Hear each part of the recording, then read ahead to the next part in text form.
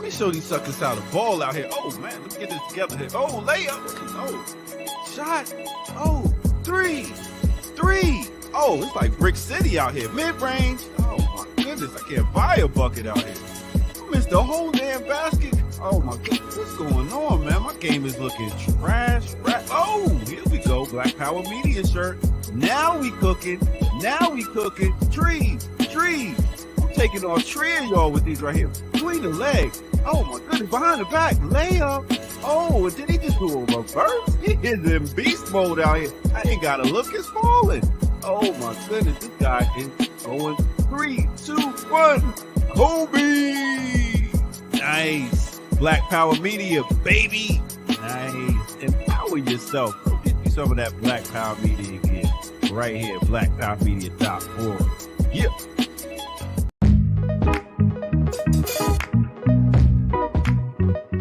You got to earn your liberation. All right. What's up, world? Welcome to Earn Your Liberation, episode 45, the GOAT episode. The GOAT? 45? Is that when Jordan came back? Yeah. That's when he was his worst. The worst. Yo was missing open shots and everything. Diallo, by the way, that's y'all, brother Diallo, Jared Ball. What's up, world? Welcome, everybody. He's still the GOAT. And Diallo cares very much about who the best ball chaser is. So yeah, man. It's very important.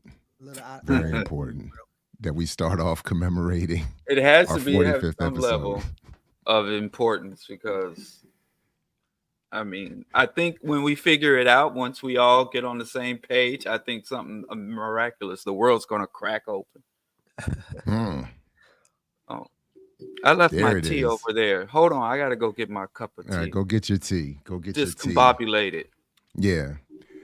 Geechee, how you feeling this morning? Feeling great, man. After your genocidal holiday celebration. You know, I wasn't really celebrating much of nothing. You know, I made my own little food. I wasn't like Diallo. Diallo sounded like they had a whole spread. I only just had some green. Like Clark. I don't know what the hell we doing here today. Y'all picking cotton at night. Diallo mad because he asked for a day off, y'all. I forgot to tell y'all that, but Jared said no. It's Thanksgiving. Y'all ain't that goddamn black. Stop. Right, what do you think? I work out of spite. What are you thankful for, Diallo? Huh? What are you thankful for, son? I'll tell you about what I'm thankful for on any other time of the year except around Thanksgiving. Right. Well, I mean, I guess Kwame Ture said the one of the greatest crimes a person can commit is ingratitude. And I know it's hyperbole, but I think he was just trying to emphasize ingratitude is not an appropriate sentiment. And I don't know if you did this on purpose, but I think it's appropriate that you reference the great Touré, who's to a certain extent that people commemorate the passing on. He passed on in this month, I think last week in 1998. But he's also referenced passingly in Rustin, which I know we're going to talk about at some point this morning, which I thought, but we'll come back to that. My one word review is just picnic, and I'll explain that later. Kendi allowed him to speak for 2 seconds when he was really younger, out of context too. No, I think I have it backwards. You're right. Not in Rustin. He's not in Rustin. He's not in Rustin at all. He's in Kendi. I watched them back to back last night, so I got. Why would he be in Rustin? What did? No, I know. I'm sorry. Kwame Ture have to do with anything related to arts? Right. Exactly. I mean, God, exactly. Y'all want to shoehorn in all these non-factors. Yeah. Sorry Jared, about that. What did you do to decompress after watching those back to back? Because I did the same thing and it was rough. I read some more of that Black Power in Palestine book. Okay. And then I watched, but did not finish because I fell asleep. I started watching the Ghost Train series on Netflix.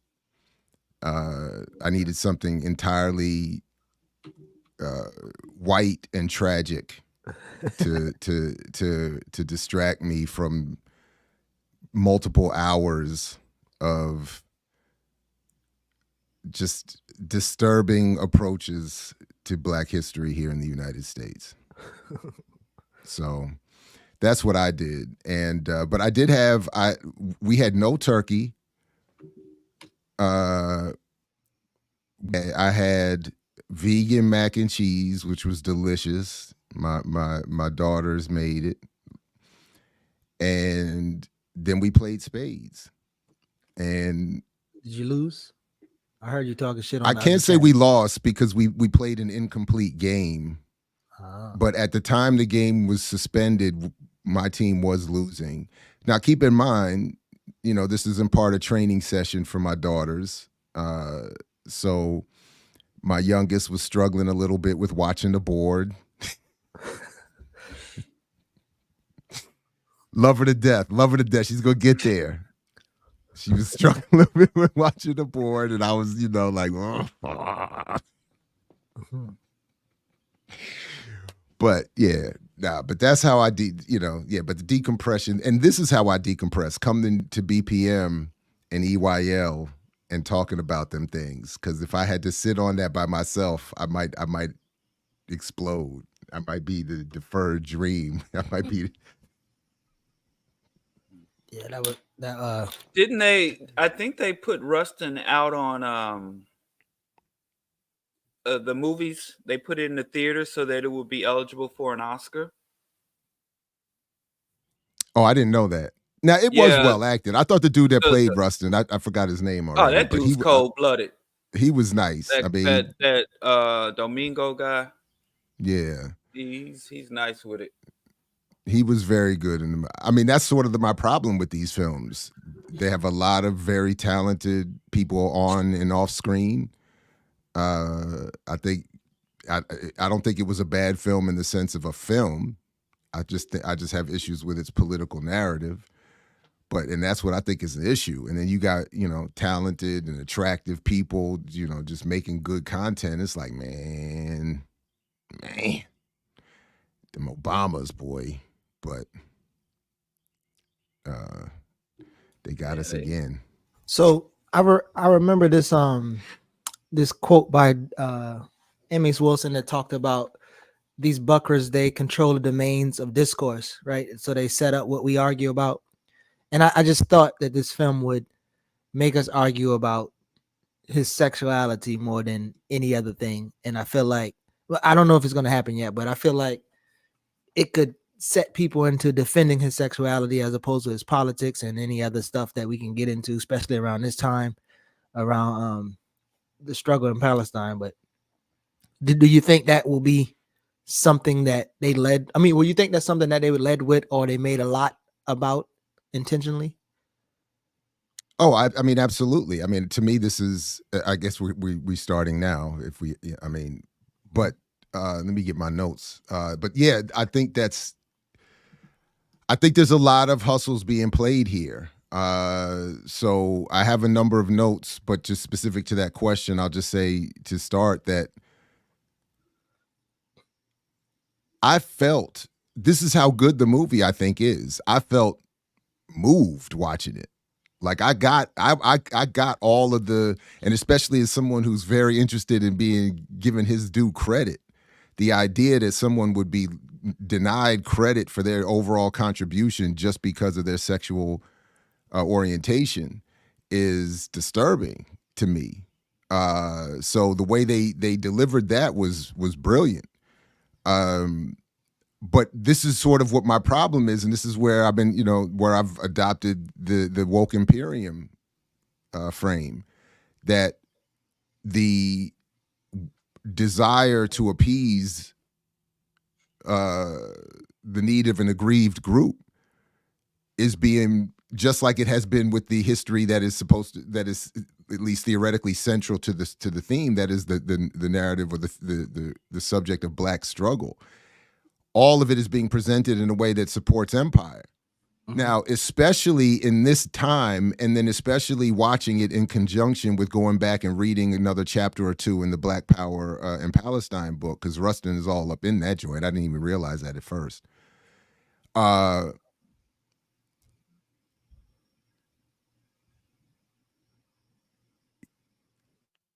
It feels almost entirely like there is a desire to almost sneak a Zionist supporting politic into a film about Black civil rights under the guise of it being a very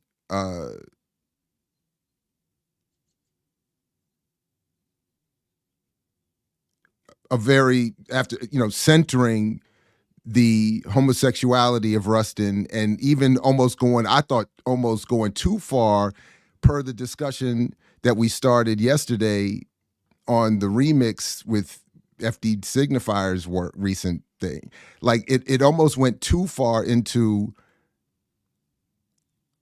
we're making this about the romance between this Black man and his white boyfriend. And it was so to the point of the FD Signifier piece from the remix the other day. If folks didn't see it, my point is that there is research that is new to me, published in 2020, and I shared in fact, it's the misrepresentation of interracial couples on television advertisements by Aaron Hackenmuller, a graduate thesis from the University of Alabama in 2020, that details the way commercials have taken what is roughly a 19% occurrence of interracial relationships and magnified it to 50% in terms of commercials. But then when it comes to Black men, when it comes to Black men in particular, or when it comes to Black interracial couples, they have to be posed with a white partner, even in homosexual relationships. So the distancing of Black and white, even when they're, and then physically distancing, the study even goes into, when it's Black men and white women, the physical distance in the commercials, even among what are supposed to be couples, is literally greater. I mean, they did it. It's a fascinating study. So, but my point, so I don't know if I'm getting this, I'm doing this without my notes in front of me and without a script, but I'm saying, what I am trying to say is that I do think that they were, it does, because he was so pro-Zionist. So ultimately, my point is that I'm more interested in the politics. They're more interested in promoting a certain politics and approach to civil rights under the guise of promoting his homosexuality. And in so doing, they use characters like Adam Clayton Powell to condemn Black power, to condemn Black masculinity, to condemn even just a broad civil rights struggle and movement, never getting into the actual politics of the people involved. And then, as I'm going to come to in a minute, because I've been talking too long for this initial, I'll fully explain this when I explain why I'm saying that the word picnic, to me, perfectly summarizes the political flaws in this film. But yes, I do think that they're playing games with the homosexual community. They're playing games with the Black community, all under the guise of promoting a very state-friendly version of civil rights, and then particularly at this time, promoting a very pro-Zionist and aggressively pro-Zionist, pro-Israeli, even to the extent of contradicting his own pacifism, Bayard Rustin. So none of which is discussed in the film, but there's more. I'll stop there.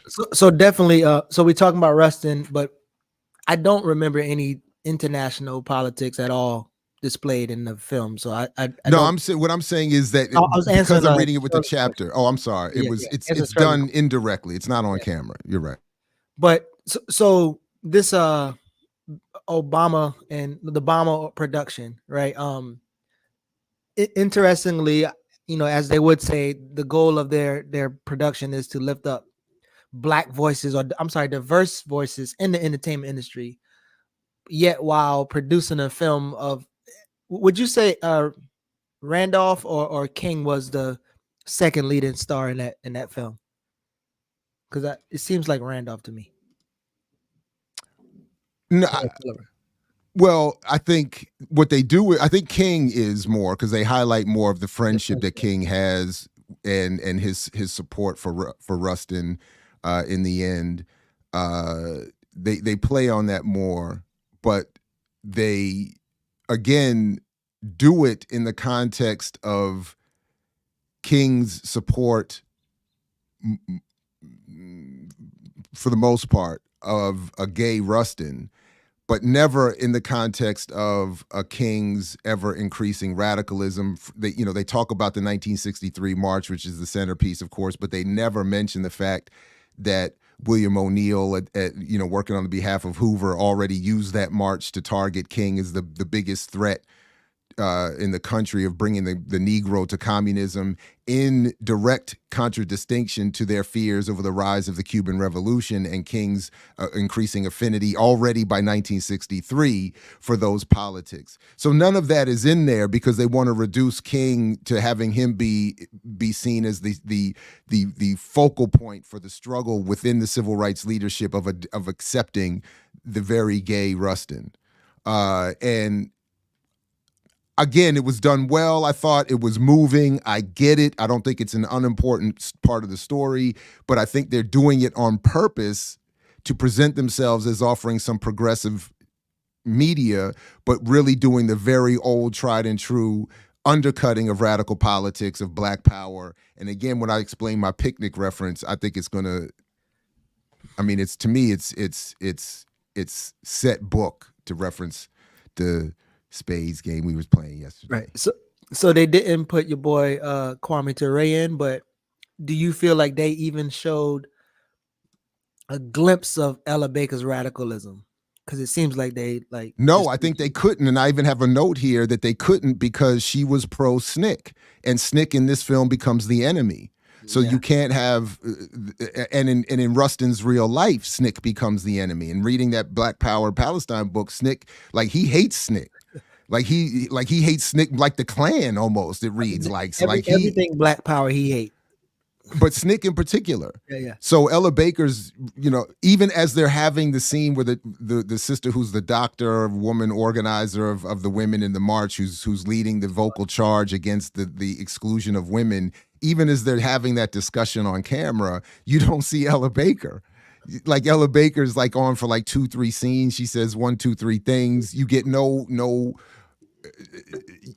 there's no suggestion of her power and importance to the history of the struggle and to her own radical politics and to her own allegiance with SNCC.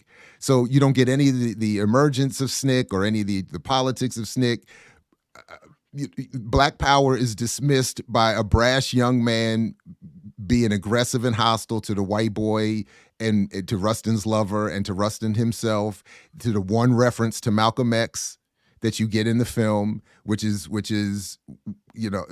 again, that brash, young, immature, violent, blah, blah, blah, blah, blah.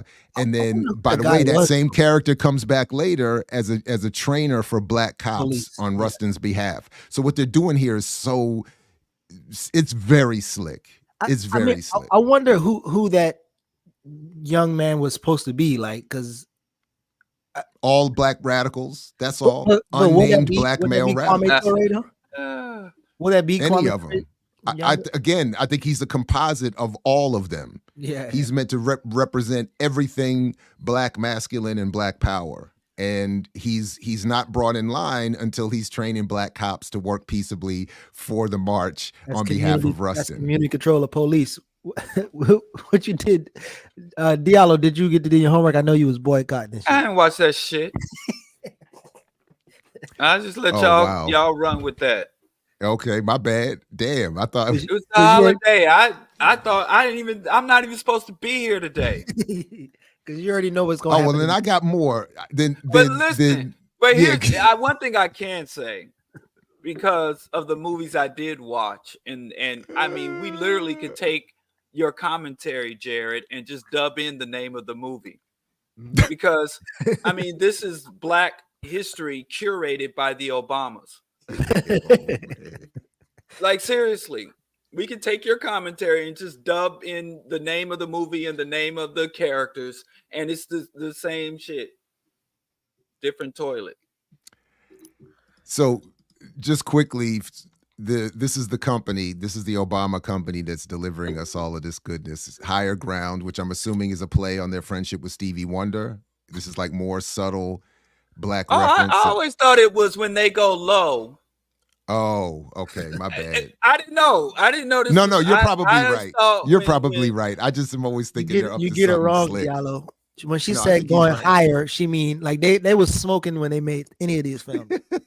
They high as shit. They've been busy as hell. The Obamas No, they have high. been I'm telling very you. busy in I don't their even think that ongoing assault on black folks. I mean, Yeah. on the psyche of black people. Yeah. The Obamas, I mean, damn, they got us for 8 years. Can they just release us? Let my people Nah. go. I'm gonna be the Moses to Obama's Pharaoh. Please let my people go. No, this is Damn. going to be a permanent, like, abusive relationship. But I think you're right about the higher ground. You should see the temple he's building over here in They Hyde got a Park. new movie coming out. Obama is But this is the building movie we're talking about. a temple Oh wow! to himself. It is That right there is trash too, by the way. Oh, That right there. Look at, but look at, I looked, I'm not gonna. I looked at this maybe for a good 5 minutes straight last night. Yeah. The look on her face, like, to me, exposed. I think they messed up with this particular photo. I think this particular photo exposes the fraudulence of the shot. Listen. Look at the baby. She's looking at him her like, what why is you this letting fool this doing man with my push me?" kid? The baby, and the baby looking at her like, you supposed to be responsible. Exactly. Why you got And me he- up all hemmed up with an international war criminal? And, exactly. And he's over here like with that fake Nobel Peace Prize smile, war criminal smile, saying, quick, get the shot. And then he probably pushed it right out the screen, right out the Right. Hey, Secret what Service you doing? came and ushered them out the back. Can one of y'all put Michelle, up that, listen, Michelle came to Hyde Park earlier this year and they locked down Hyde Park. The restaurant she ate at, they like blacked out the windows. And she ain't even been out the White House for almost, 8 years. They didn't blacked out the windows. They had the whole shit on lock. They don't want nothing to do with black folks. They don't touch the ground. These people are in an alternative reality. Look at that weird ass puppet.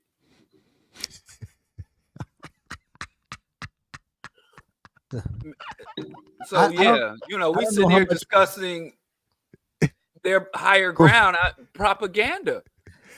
We are, and it is propaganda. Absolutely. It's psychological warfare at its highest. What did we do to the Obamas? What did Chicago do to these people? Oh, I'm gonna tell you got what in the y'all way. did. Just in the way. You We didn't. We got behind You them voted and for pushed Bobby them. Rush That's the problem. first. That's the problem. I wasn't you even voted for living Bobby here Rush then. first. I didn't vote. I wasn't eligible to vote in state elections when that happened. I didn't move here That's till what it after is. Obama was president. I moved here in 2008. But this is the thing, Diallo. It's not. And if you watched Stamped, if you had done your homework, you would know the problem isn't black people. The problem is that black people think that black people have or have a problem. So it's not that black people are a problem for Obama. You're just in the way. It could be anything. Like, I think megalomaniacs like that, I think people like that, it's not a particular roadblock. It's any roadblock. So he's like, I got to style myself for this black roadblock. And it's just like, y'all in the way. So I'm just going to keep, this is how I get to my 40-acre estate or whatever that thing is up there. He This is got how it I get already. He got it. But this is how I keep it. This is how I get the next one. This is it's some weird shit. I I don't wish they know. would leave us the fuck alone, man. I agree. The Obamas are a pox. I don't know what we did to deserve the Obamas. You praise them. You put them on the back of your timelines and all this type of shit, and it's still we still here today, and people still putting them on the timelines. I can't lie. I listen. My greatest shame is associated with Obama. So if I can, let me just make 2 quick points more. I think I actually made all my points, actually, looking at my notes. Yeah. Let me just make 2 quick more points, and then because one of which is actually an interesting connection to my father, which I thought was interesting in the film. But the line picnic, I don't know if anybody caught it this way. but there's a scene where the actor playing the real life character of Cleveland Robinson, the brother from the Caribbean, he's getting riled up when they're having an argument over who's going to be at the march and lead the march on Washington and this, that, and the third. And at one point, when they say it's only going to be this group of leaders and you're not in the room, something like that, he starts yelling and getting all, calling them out their name, talking about their mama. Yeah, and he's talking about their mama. And then he says the line, "You're going to turn this into a picnic." Oh, yeah. And I said, that caught my attention. And I said, that's the Obama effect right there. Mm-hmm. This is the little button pushing. And to Diallo, your point, why do they keep messing with us? Your little button pushing allusions to blackness and black history, but all out of context and for your disturbed purpose. When going back in the day when I used to pay very close attention to that early campaign in 2008, when he would make allusions to Langston Hughes without saying his name, make allusions to Dr. King without saying his name, all so that black people would get the signal, black people would get the dog whistle, so to speak. But white people would get it in a way that doesn't hurt their feelings. So in this scene, when he says the picnic line, that, of course, is famously the line that Malcolm X used to describe. Message to the grassroots, right, yeah. And, but because you can't have Malcolm actually included in the film, except for that one reference to disparage him and his politics, you can't have the context in Malcolm in your shit. Well, or you would have to pay the white company that owns his image. I remember. So it might not be because they scared of Malcolm's legacy. It could be because they didn't want to put up more money. You got to pay to put King in your shit. But you could do it without. My point is, you could do it without.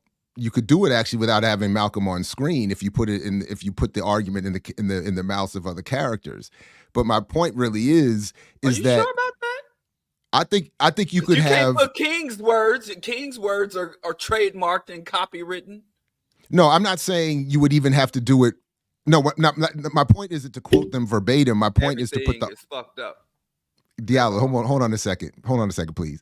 The point I'm trying to make is that you could the context in which Malcolm was saying the picnic line, the very internationalist, nationalist, radical politics that he was using to critique the march, they're being brought under the umbrella of the president's administration. They're being cajoled. They're being reduced into a non-threatening, blah blah blah. All of those arguments you could have mouthed by other characters in a scene if you really wanted to. You could have it put in the scene of people in the street. You could have it put in the mouths of characters in that room if you really wanted to.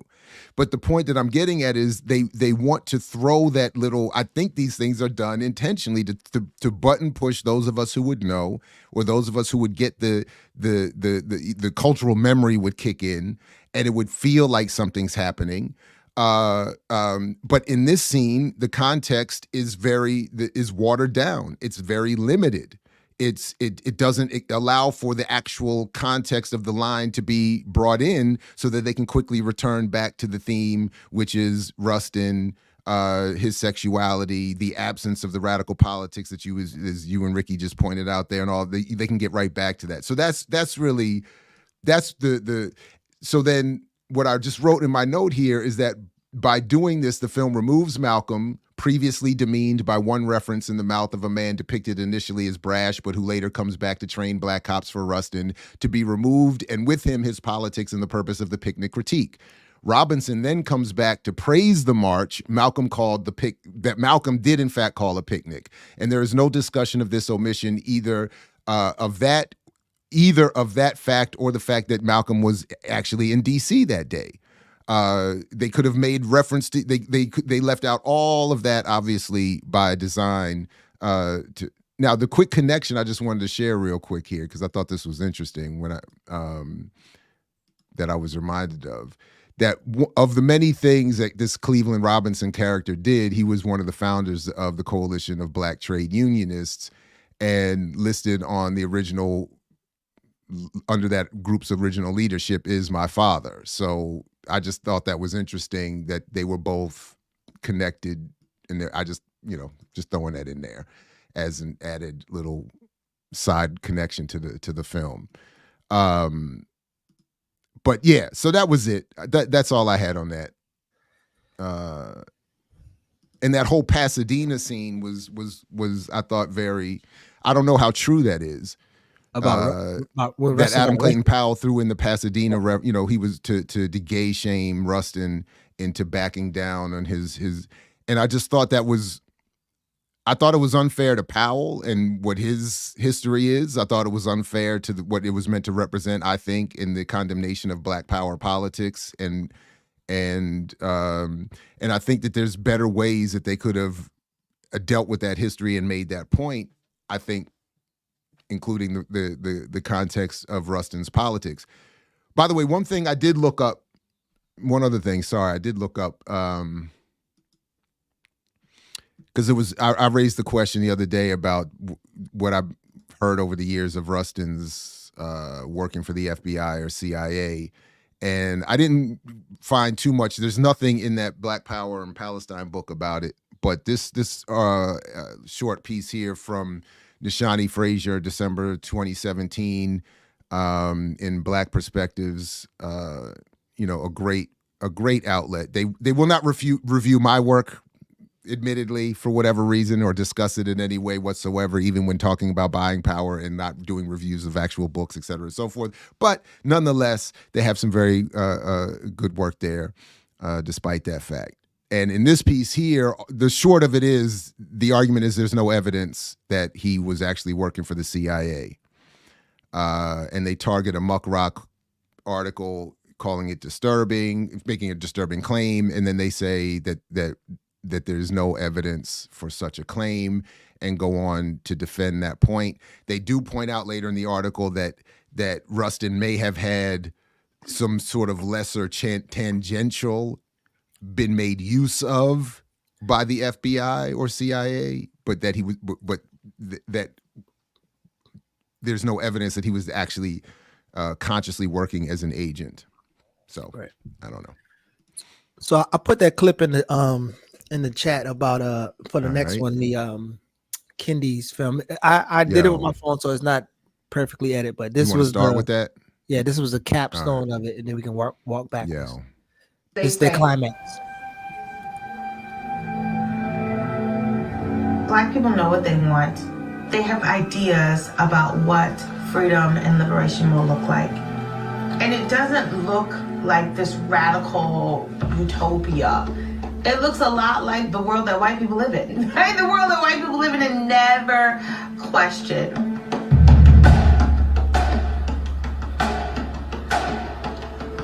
I love being Black. I thank God every day that he made me Black. I love my Black husband. I love the Black baby that we're gonna have. I love my Black family. I love my Black neighbor, Miss Janet. I love my Black church. I love my Black music. I love all of the things that Blackness has given America, whether or not America acknowledges it.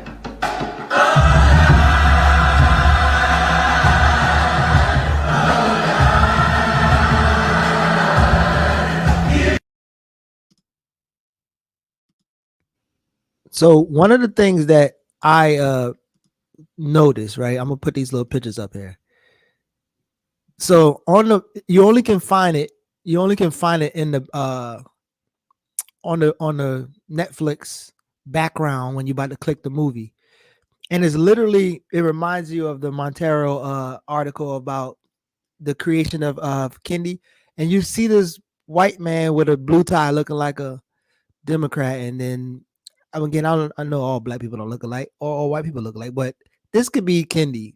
Look like locks. He got his little African joint, but I can't find that picture nowhere else other than on the Netflix thing. But it seems like somebody mistakenly or jokingly put that up there, because that whole film is again rooted in this idea of one, they talking about we're in a battle for ideas. But the ideas that they keep leaving out is obviously the people on the Black left. They got Kwame Ture speaking very short as a young person, but not really talking about his politics. And so the I mean, that's just so much in that film that was kind of interesting. No, what you referred to right there is what I call the penny trick. The penny trick. The penny trick is what Peniel Joseph has, I think, made infamous, which is the symbolic reference to Kwame Ture and others, but only in a frozen, selected moment that never, to your point, investigates the politics of the person. Right. So we get a quick clip of Kwame Ture as a young man. And again, as I made in my note here, this is what Peniel Joseph and others do with the penny trick. It freezes Ture in the 60s, when Peniel Joseph and his work on Ture argues was really the only time he was relevant, and then ignores the 30 subsequent years where Peniel Joseph claims in his work that Ture lost relevance to Black people in this country and around the world because he moved outside of the mainstream political arena, democratic politics, and so on and so forth, and ignores all of the evidence to the contrary, and ignores all of the late work, ignores his autobiography, ignores the fact that the man lived another 30 years, ignored that the man left us an organization that still exists, that I'm a member of, that it leaves out all of that on purpose so that they can have a documentary like this that talks about wealthy white elites, but makes no mention of the word capitalism or colonialism or socialism. Right. Not once is it referenced. And then it can do, as is, I think is the case with a lot of these approaches, become powerful art in service of empire. The subjects become the metaphor for the film itself, for the man himself. That is right. this beautifully produced product that is ultimately in service of nothing. And that's why they center Phyllis Wheatley and the sister that did the inauguration poem. And they, this is like Black excellence is Black excellence in service of empire. And that's ultimately what this documentary is, and all of it. Yeah. Real quick. So let me tell a painful truth though. Because when that opening line where the woman was like, Black people know what they want, and it's pretty much everything white folks got. Mm.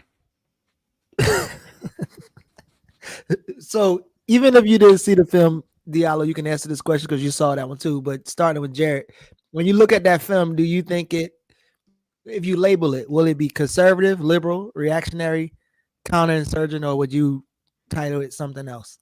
Can I say something about U.S. media? Mm-hmm. It's integrationist, and integrationist is what mainstream society pushes as the left, because there is no left in U.S. discourse, U.S. politics, U.S. daily life. There is no left. The left was obliterated with the Palmer raids. The left has been obliterated, not just for Black people, but for white people. So in the United States, the political, Overton window is centrist to right.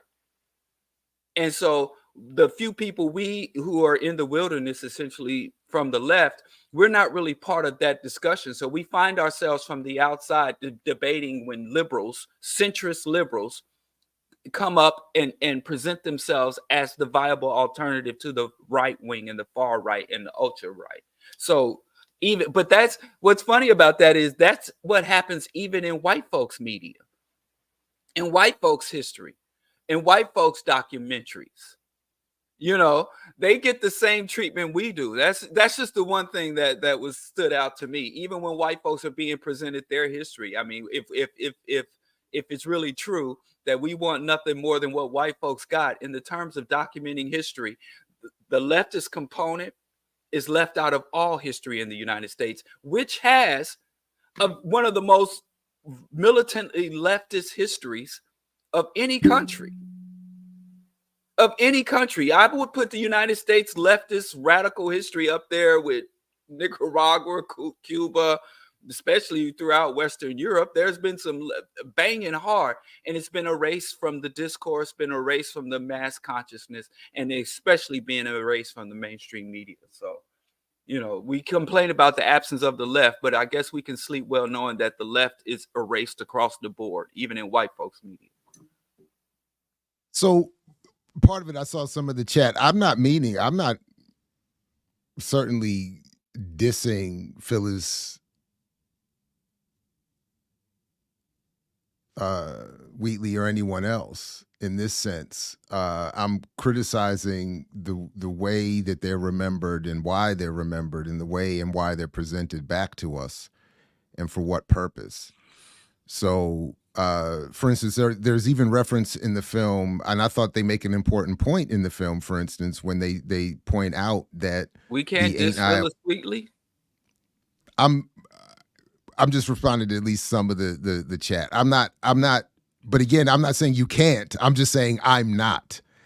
What I am saying is that when there's a scene where they talk about how "Ain't I a Woman," the famous line attributed to Sojourner Truth was actually written by one of her white benefactors or one of her white wannabe benefactors, and that she never actually said that. To make the point that we are presented a version of our history that is valuable to a white liberal establishment, I don't think that it almost felt like this was the documentary's self-referential, self-justification for its own existence. Maybe the fact that but that's really the point I'm getting at, because ultimately, what is the point of you telling us about Sojourner Truth and Ida B. Wells and Phyllis Wheatley and anyone else? The point is, I don't know, to get us some integration, standard integrationist. Well, listen, integration has failed us, and the integrationists have said the solution or the remedy to failed integration is more integration. And that's all they've been selling us for almost a century now. It's just saying, hey, more integration, more inclusion, more of what Amos Wilson called historical contributionism. If we can demonstrate to white folks what an asset we have been and what a greater asset we could be, the argument for relieving us of oppression is, hey, if you let loose these chains, we could really make even greater contributions. We could be even greater assets and allies to the American projects, to American democracy, wink and nod, American imperialism and American capitalism. So that's what it is. It's just they have to keep selling us integration. It's just like Christianity has to be evangelical, because if you just let it stand on its own and let people engage it independently, everybody would be like, wow, this is some dumb shit. I need something else. So the gospel of integration needs constant reinforcement. That's what it is, integrationism. I think one of the things that was said in the film was the minute slavery was over, and we got free, we was on go. We got into Congress, we built colleges, we owned property, we voted. And so that was sold a lot. And then also when they was talking, it's true. About, that part is true. But what they, the point, we built the colleges or because that's not true. That part, I heard that line. You're right. Good point. And then in terms, but also in terms of the business, what is setting you up, and I was waiting for them to say Black Wall Street, but it's setting you up to say that, oh, this is our advantage of success. And then intentionally, when they use Ida B. Wells, they said we was being lynched because we was building wealth. These individuals were building wealth and we was being lynched. And then, but I guess also then Ida B. Wells talked about how the educated was least likely to be lynched. And it was more of the poor Black people. In fact, they even thought that the fewer educated person to stop lynching is to get educated. That was kind of a proposal. So I didn't get that. Well, they didn't say that part. What I'm saying, I'm talking about like when they mentioned Ida B. Wells, they said the people were being lynched because they was trying to build wealth. Because they used one example of the guy who built in the store. Right. But before, Ida B. Wells talked about how more poor people got lynched than educated people. Like she talked about this a while ago. not in the documentary per se, but this is can I go out on a limb here? Mhm. Because if you read the book Without Sanctuary, just prior to emancipation, the primary victims of lynching were white males. White males were poor. So lynching ain't got really. They weren't lynching us because we're black, whether we're black, poor, or black. They were lynching us because they're white. We didn't get lynched because we're black.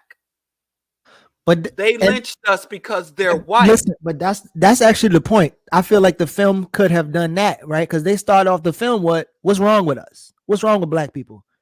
And at that point, they never say anything was wrong with white people, right? That wasn't even a possibility. But yeah, like no, I agree. But what I was saying was the class component of saying that oh, these people are trying to build wealth. And again, they use that one shop owner. They use that one shop owner, and then they just went off on saying like, "Oh, he was building wealth." Not to say that he was barely getting by, whatever. So it kind of gives you this. But a lot of her work was focused on that point, as and that the claims that black men were raping white women were justification for getting rid of black business and black any autonomy and was often not the case. That was part of what her work did prove. But my point is, so I don't have a problem with that particular. So this is what I'm saying is their version of the penny trick. I don't think they got that part of the history wrong per se. What they did was even with the reference that we built colleges. I mean, I get it, the white philanthropy and all of that, but some. I believe Professor Favors even argues this a little bit in his work, but some of it is that it was black people actually performing the work of constructing the curricula, the education, and all of that. But I'm not defending. But I don't think they got that part wrong per se in terms of black people getting in the game right after so-called freedom. What they leave out is. And this is, to me, the penny trick. What they leave out is, for instance, at minimum, the Du Boisian analysis of the post-Reconstruction era and why Black Reconstruction is such an important work and why so many people who talk about Du Bois often ignore it if they talk about him at all. But in my point being that he offers, in fact, one of the chapters, I believe, is Return to Slavery. He documents how Black advance was met with a racial class-involved response by the state to suppress and return black people to the plantation, or to status of the enslaved. So that part they leave out of that. The depth of that analysis is left out so that they can say, I think, to your point, Geechee, the problem without saying black people are not the problem. And that white people are the problem. They do, I think, make that point that this is just white people are the problem. And that's why they end the film by saying black people's problem. The question is something like, we asked, what is wrong with black people? And it was one of those, what is it? It's like James Baldwin line or whatever. Or, no, not Baldwin. What's my man's name? Who did The Invisible Man? Who said who said I wasn't ashamed and my people were enslaved or slaves. I was ashamed for being ashamed. So this is like ends with a line like that. The question is, what's wrong with black people? The problem with black people is that we thought we were the problem. So they don't say white people are the problem, but they do leave that with the, but it's just this vague, white people are the problem. Ralph Ellison. Sorry. Right. Ellison. Thank you. We going elementary Negro history. Yeah. Right. But so do you think there was a point, right? So there were a lot of black women in there, including Angie Davis, that he used as speakers. Mm-hmm. In fact, there might have been all black women. But there was a point I think where, you're right, actually. I don't think there were any black men. Yeah, there was a point when we've had our time. Kendi was the only one. all of the black women took a pause when they were saying how hard it was for black women to get in on the game. Like they all took a pause about how hard they had to go twice as hard. They got to work twice as hard. No, I thought that was the moment where they all suffered some direct being told you're not good enough because you're a black woman. Yeah. It was like they've all suffered a specific incident of being told, like their sister was, stop being so ghetto is essentially what she was saying. She was being told. On their way to success within empire, right? Because it's not like there's any radical, I guess if you want to call Angie radical on that film. But then when they went to the lynching, there was really, and again, I don't know, maybe this is a sexist thing, but there's no centering of at all of like black men, if they're being, were there more black men lynched than black women at the time? Were men being lynched at a higher rate but like throughout the film, I don't think it had one kind of moment of like black men have to suffer under this thing also. It's just kind of like all the women speaking and then they all took that pause, like, like Angie, I had it hard before I got to. Well, at one point they make the explicit point. One of the pundits says, yeah, black men had it bad, but no one had it bad as black women. So they make the explicit, and I remember, and my reaction to that is often the same, at least, which is my first reaction is, why does that specific point have to be made? And then I come right back to challenge, but to say, baby, it does have to be made.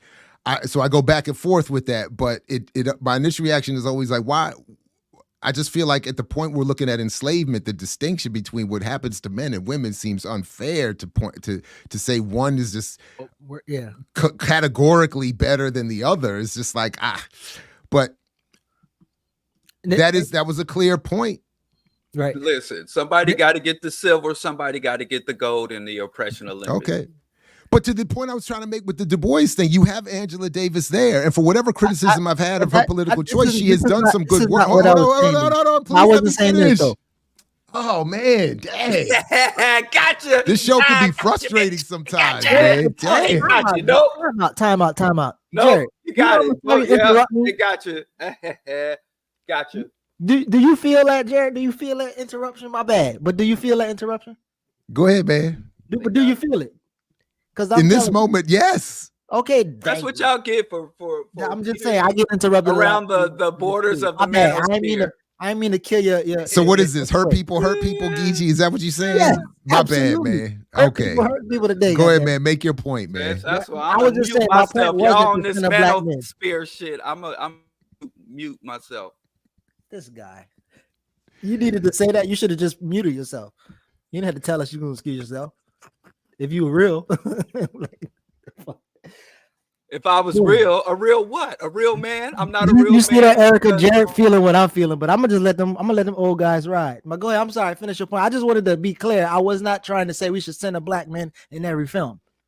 That's all. But go ahead, Jared. I'm sorry for interrupting you, good brother.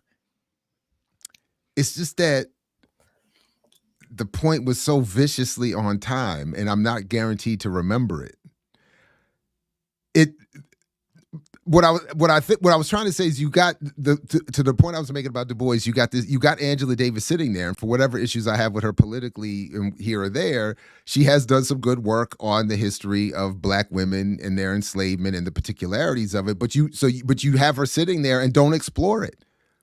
It's just sort of, it feels like pot shots are just being taken at men or unnecessarily. I get it. That's what I my follow-up immediately is, maybe that's just me being a man and feeling it that way. But the point is, either way, they don't have Angela Davis like break it down, which I think would have been very helpful. Like you instead of just like the moment you take to have the sister tell the story of being told that she was less than, and her response was, well, look at here, expletive. Let me tell you this expletive. And then I'm going to throw my resume on the floor to show my value to empire. Instead of that moment, you could have had that, 90 seconds or so go to Angela Davis, breaking down the intricacies of the experience of women on a plantation. But Well, Angela on the film says that we need to retool America. So I was just trying to figure out retool it to what. She didn't say destroy, abolish. She just and said, then again, to the point, like she's never referenced and included in context of her engagement, even with the Black Panther Party, with Black Liberation, with the Communist Party. She's never really brought around to talk about this stuff. She's, as much as we see from her, that part of her, she's certainly never there to talk about Rochelle McGee. So it's like, dang, she becomes, it's like you're propping her again. She's just propped. And we could get, but I don't know. And it was weird. Like what are people supposed to walk away with from the Stamp documentary? Integrate. Integrationism. But listen, I think the two dominant agendas and ideologies in the Black community is integration, but there's what a lot of people because there's this meme floating around where I call it resurrectionism or back in the dayism, where a lot of Black people want to return to the to the pre-civil rights era. And they like quoting business ownership and marriage statistics and show pictures of Black men wearing suits and hats and as opposed to sagging jeans and tank tops. And so we got, which came up, who want to return to that. We had it, how good things were. And so I think both of these are two regressive ideas battling it out when nobody's really talking about advancing us or towards liberation. Is it integration or segregation, as if the two options that white folks put on the tables are all Black folks have to choose from? I would like, go ahead. Yeah, go ahead. she's talking about replacing the tools of white hegemony, but with what though? Black hegemony. Black hegemony or Black women hegemony? Black girl. Oh yeah, Black women hegemony. So listen, real quick. So there was this idea of Black progress being terrifying, right? They kept saying Black progress being terrifying, and then I ain't scared of then they pushed Barack and MLK together, right? Right. I think in that clip, and I guess I'm wondering, is it Kehinde or whatever his name is? Not Kehinde, because Kehinde is the one in the UK. Yeah. Ibram X Kendi. Kendi. Yeah, but X. Just like Kendi.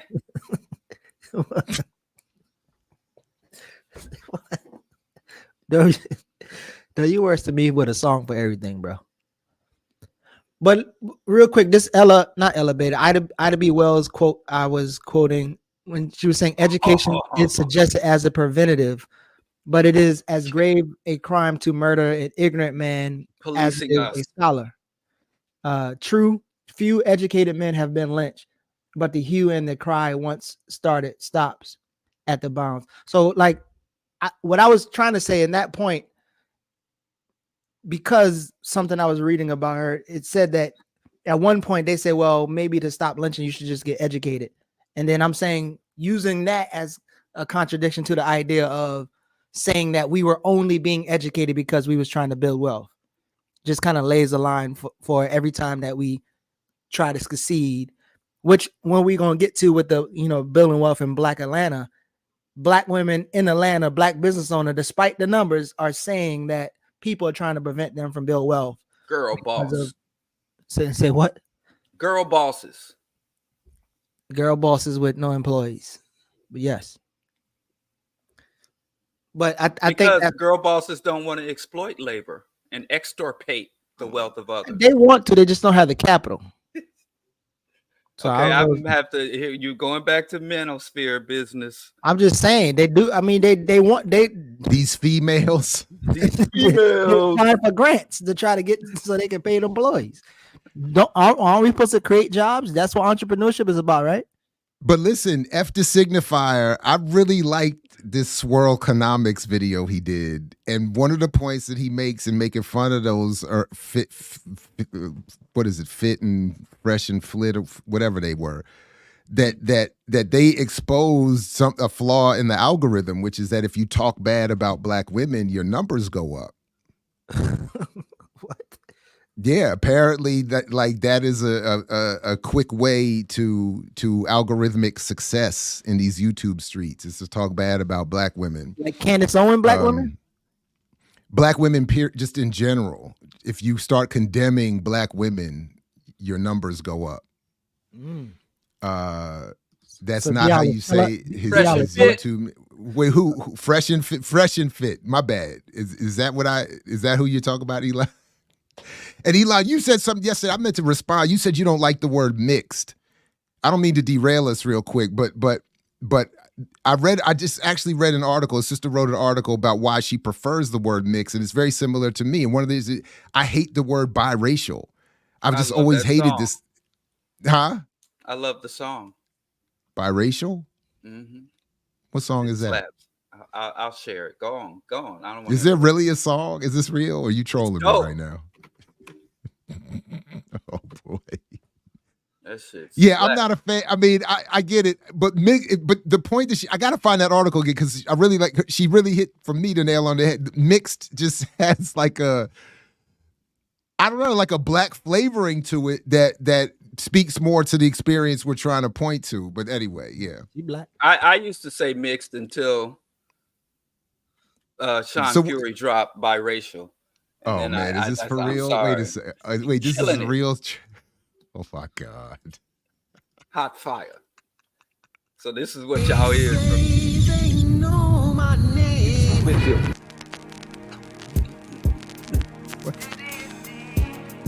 What?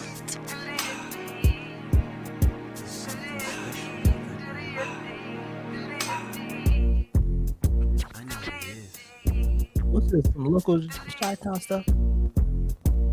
She's biracial. She's a biracial girl. She's biracial. She's a biracial girl. She's a biracial girl. Made from a rainbow world. A pretty sight to see. Not like the average kind. More like exotic wine. Exotic. Oh my God. She thinks the world's gone mad. They say she has to choose one side. She knows the harm in choice. She won't go through it, ever do it, never prove it, let it go. She's biracial. She's a biracial girl. She's biracial. She's a biracial girl. She's a biracial girl.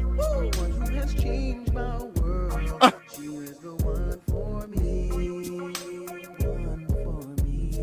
Never an average girl. More precious than diamond pearl. I gotta get this dude's whole catalog. Yeah, we playing the whole song, Ja.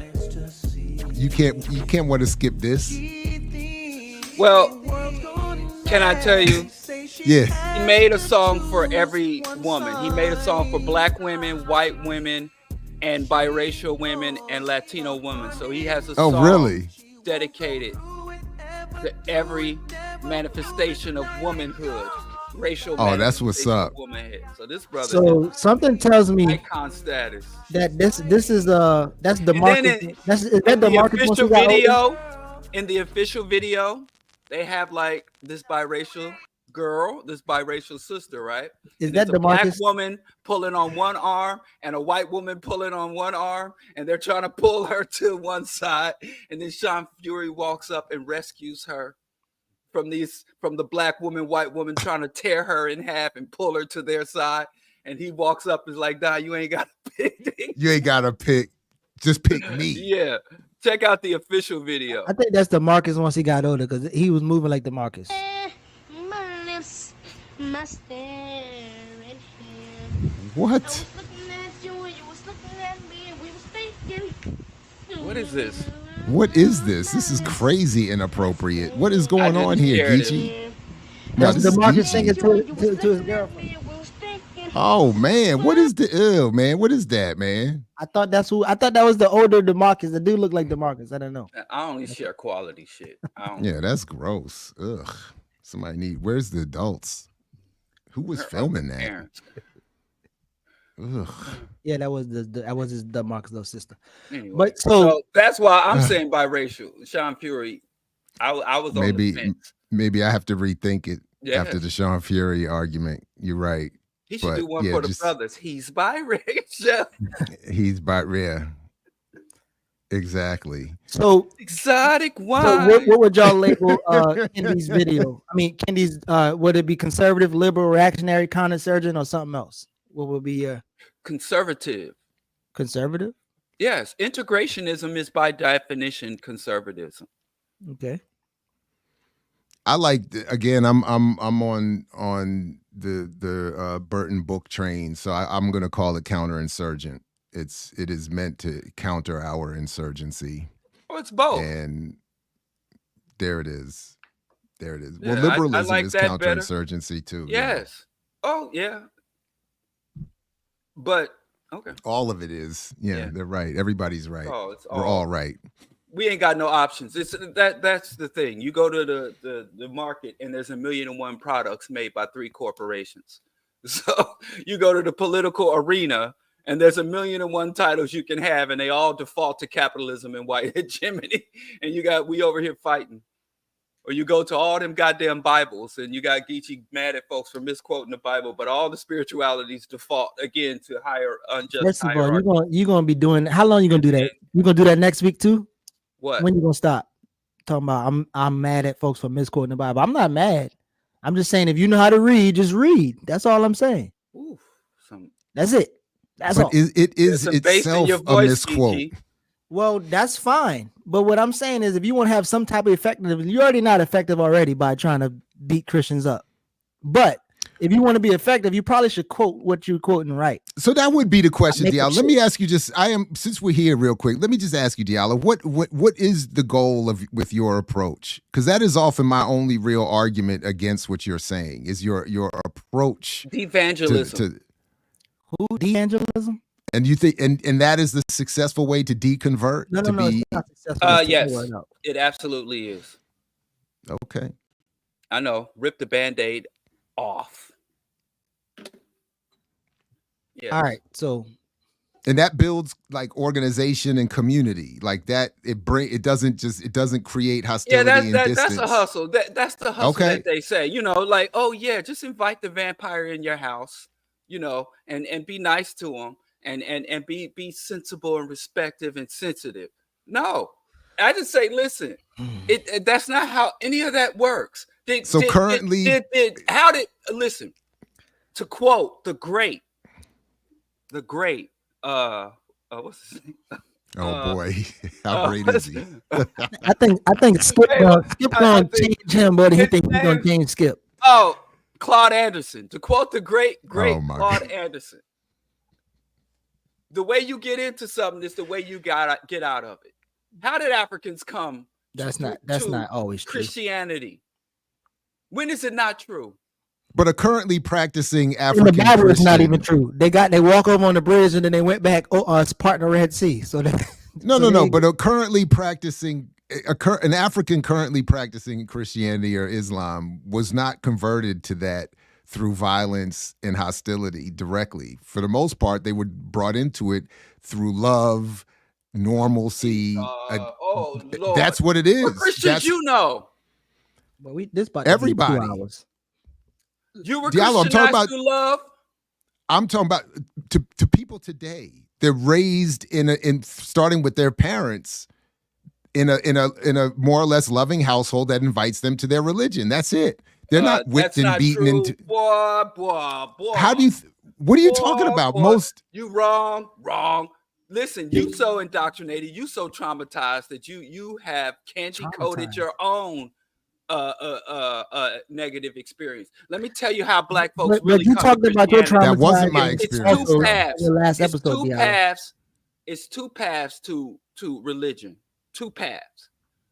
One path is indoctrination through childhood, right?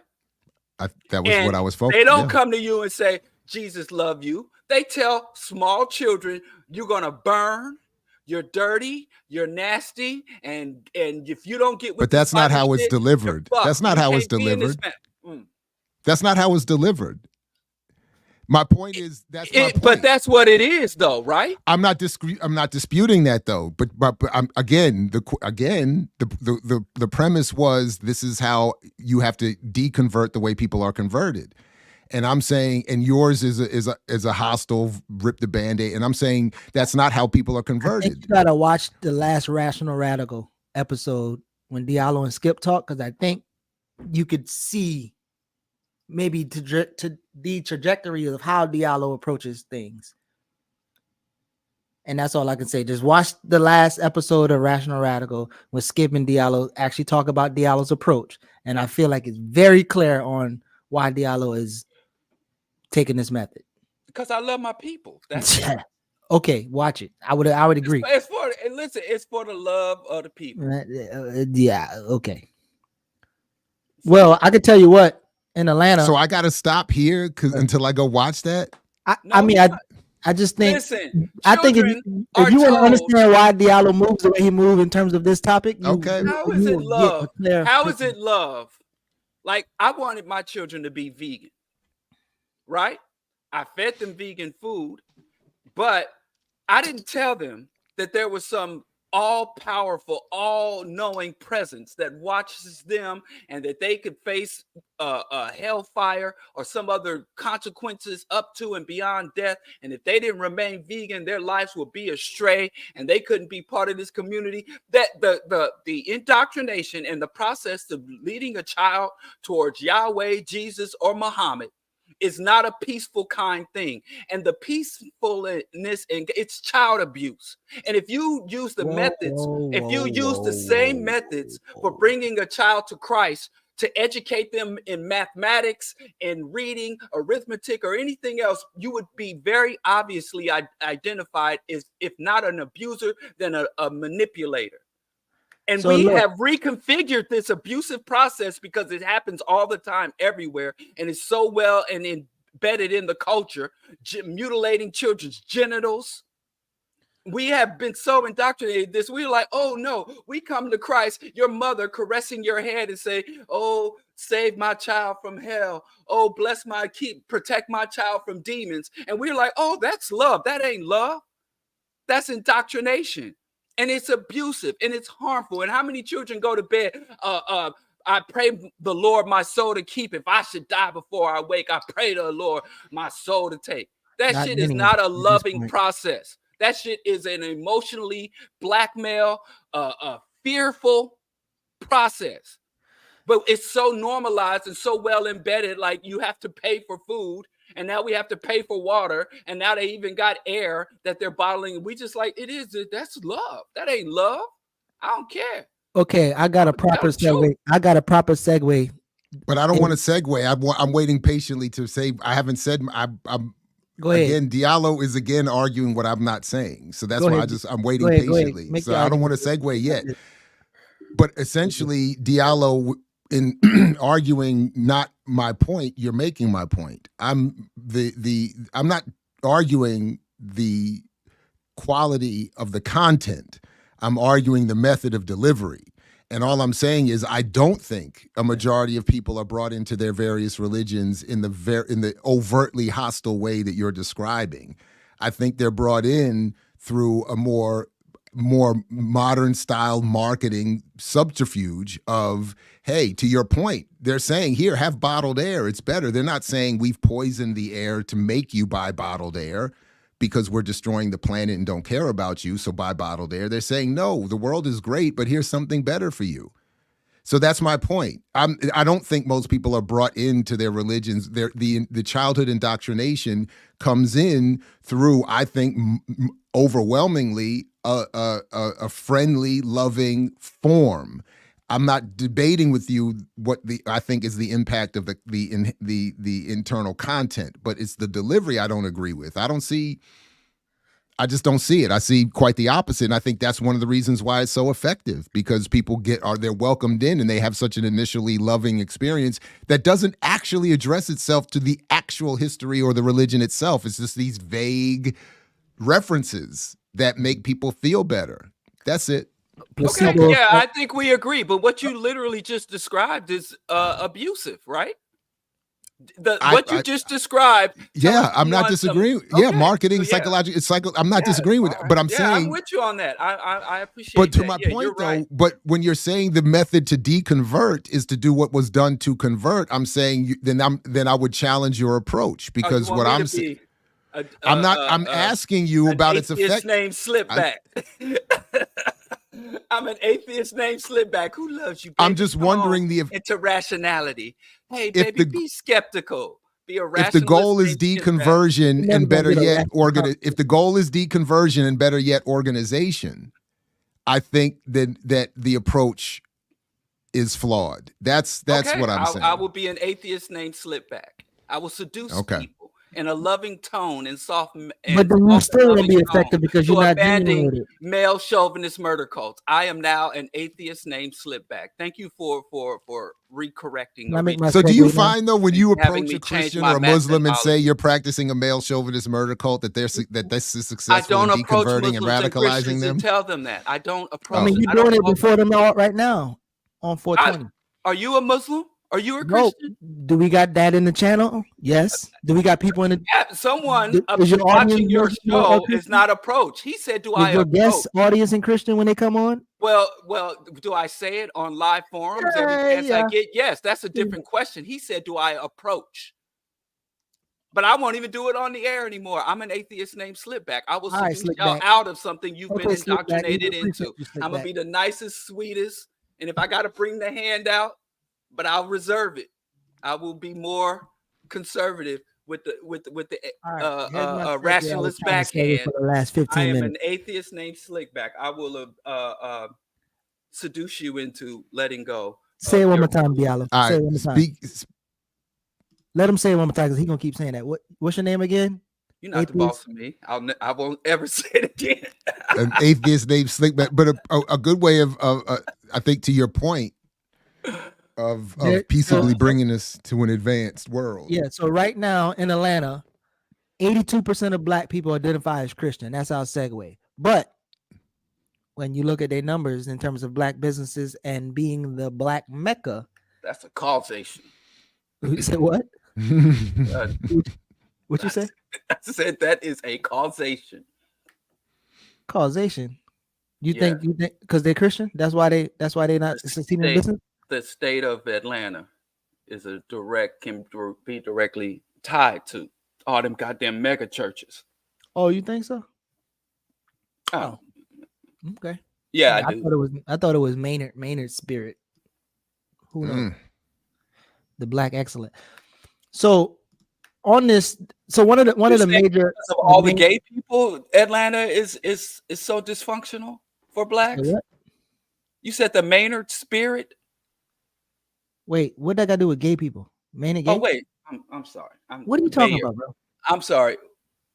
I got confused. When you said Maynard, I heard Bayard. Sorry. Wait, who? He confused Maynard with Bayard. Oh, got you. Okay. I need to get it. Yeah, my hearing shot. But so one of the explicit stats was 3% of Black, or 3% of the businesses, in particular Black women leading, 3% of the Black businesses have more than one paid employee, but the majority of them don't have any paid employees. And in particular, they talk about how Black women are leading in that. But I don't know if y'all remember this case where Blum is trying to sue these people for getting a grant that's specifically towards Black women. Let me put this link in the chat. But I can kind of see this as the idea of, and then I'm gonna ask you the question about one of those points too, Jared. But I can kind of see this as if they win, which they are winning, I think it's they pause the case. But if they win this will yet be again example of proving that Black business or Black success in Atlanta is big, because now they'll be able to get a grant to potentially hire some more employees. But the numbers are just so far from even being successful that even if they get the grant, they're still not going to be able to scale up in the way in which they think they will. But on that report, they do have a argument for baby bonds, which Derek lays out, and also something similar to universal basic income. So, and they also can admit that financial literacy is not something that people need. Although it's still not what we want, Jared, do you feel like are they headed in the right direction to be able to admit financial literacy? Wait, who's the they that's admitting financial literacy is not what we need? Go back to that report. The building. So it's Atlanta Wealth Building Initiative, and when you go to those points,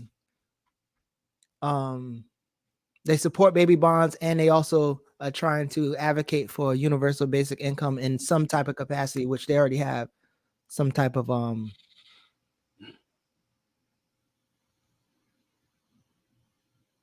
That's not the report. Well,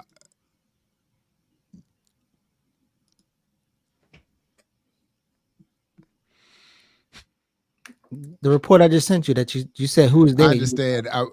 Okay, but you didn't. You just said go back to the. I don't know. Okay. Who? Yeah, the they is. This is the they. This is the they. Okay. Yeah. All right. And I'm sorry. What's the question? And where do they say that we don't need financial literacy? So in this report, when they said financial literacy won't save us, right? Because what they're doing is they quoted Derek Hamilton, Sandy Darity, and what we get wrong about the racial wealth gap. So they're able to explicitly say that, and then they also talk a little bit about like public policy. But my question is, they cite what we get wrong in the racial wealth gap in this report? Yes. That's one of their sources that they use. All right, where is that? Where is that? I would love to have seen that. Where do they make reference? So in other words, the two questions I have immediately are, where do they make reference to the financial literacy point? And then where do they make reference to that point, to that report? Let me just and then that'll help me answer the question. And it's funny, they have a lot of socialistic agenda points and socialistic goals to allow Black people to be capitalists. This always confused me.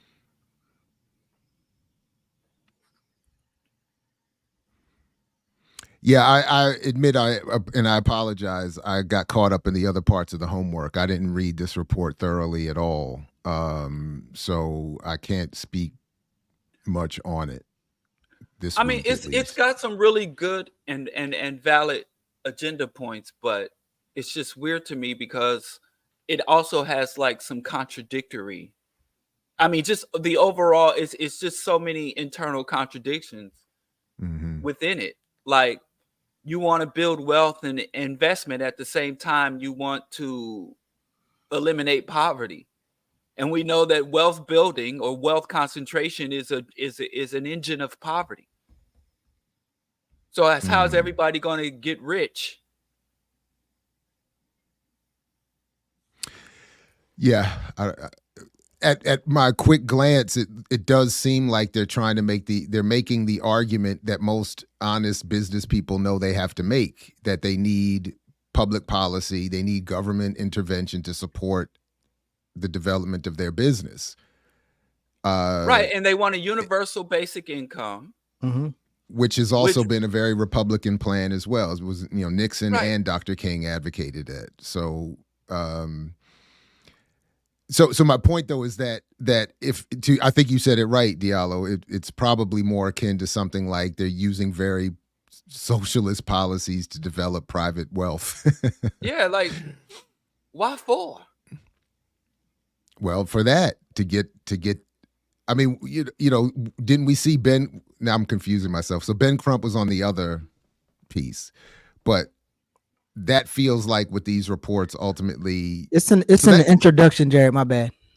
In the introduction. Yeah. In the first paragraph at the bottom on the introduction. The first paragraph. But at the bottom of the first paragraph. Keep going down some. This is the first paragraph. At the bottom of the first paragraph. Well, I'm sorry. At the bottom of the first. Wait, stop. I'm trying to see it on my phone and this thing here. The paragraph start with, despite the city's records, economic growth, stubborn racial and economic. Okay. Yeah. Hoarding businesses and using extractive economic development practices as a superior growth model has stifled opportunities for all Black residents to succeed economically when attention is given to the challenges facing Atlanta Black households, more than a third of which have zero to negative net worth. The assumption is that the challenges can be solved by programs focused on financial literacy, job training, and anti-poverty programs. While these efforts are critical, they have not fixed Atlanta's reputation as the #1 place for income inequality, a title the city has held for more than 30 years. All right, well, good for that. I mean,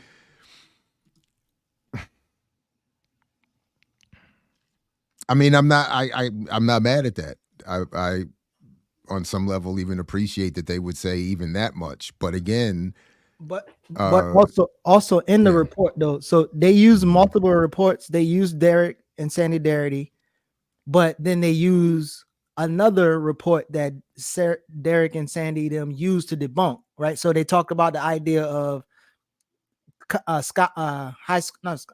college degrees don't also change the wealth gap. But then in another part of the report, they literally said it as it does. So they kind of have like two opposing sources that they have in there. Well, and that was one of the reasons why I was asking about how they use that, what we get wrong about the racial wealth divide, in part and selfishly because I'm part of that report. Mm-hmm. My work is included in that report. And so my selfish concern is that again, and I don't claim that my buying power argument is itself radical, but if arguments that point specifically to public policy and away from financial literacy and claims of economic uplift are being used or co-opted to become part of an overall argument to support Black business and Black capitalism, I would be slightly perturbed. So they use it a couple times, but they also use it on the home ownership part. But there's a couple times it's referenced there, but there's one of them where they talk about home ownership. But to be fair, that report only includes some of my work, so it's not. I maybe I'm being unfair. I'm just being selfish. That's possible. That's possible. I'll think stop. We have to accept the fact that you can't build wealth and redistribute wealth at the same time. That's like, let's build this building and distribute the bricks let's build the prison and give everyone a stone from the building as we build it. I don't even understand. Like, they want to, it seems like they try to be everything to everybody. You just got to pick a side. So I do think that this is sort of like the more progressive wing within the mainstream. So yeah, I get.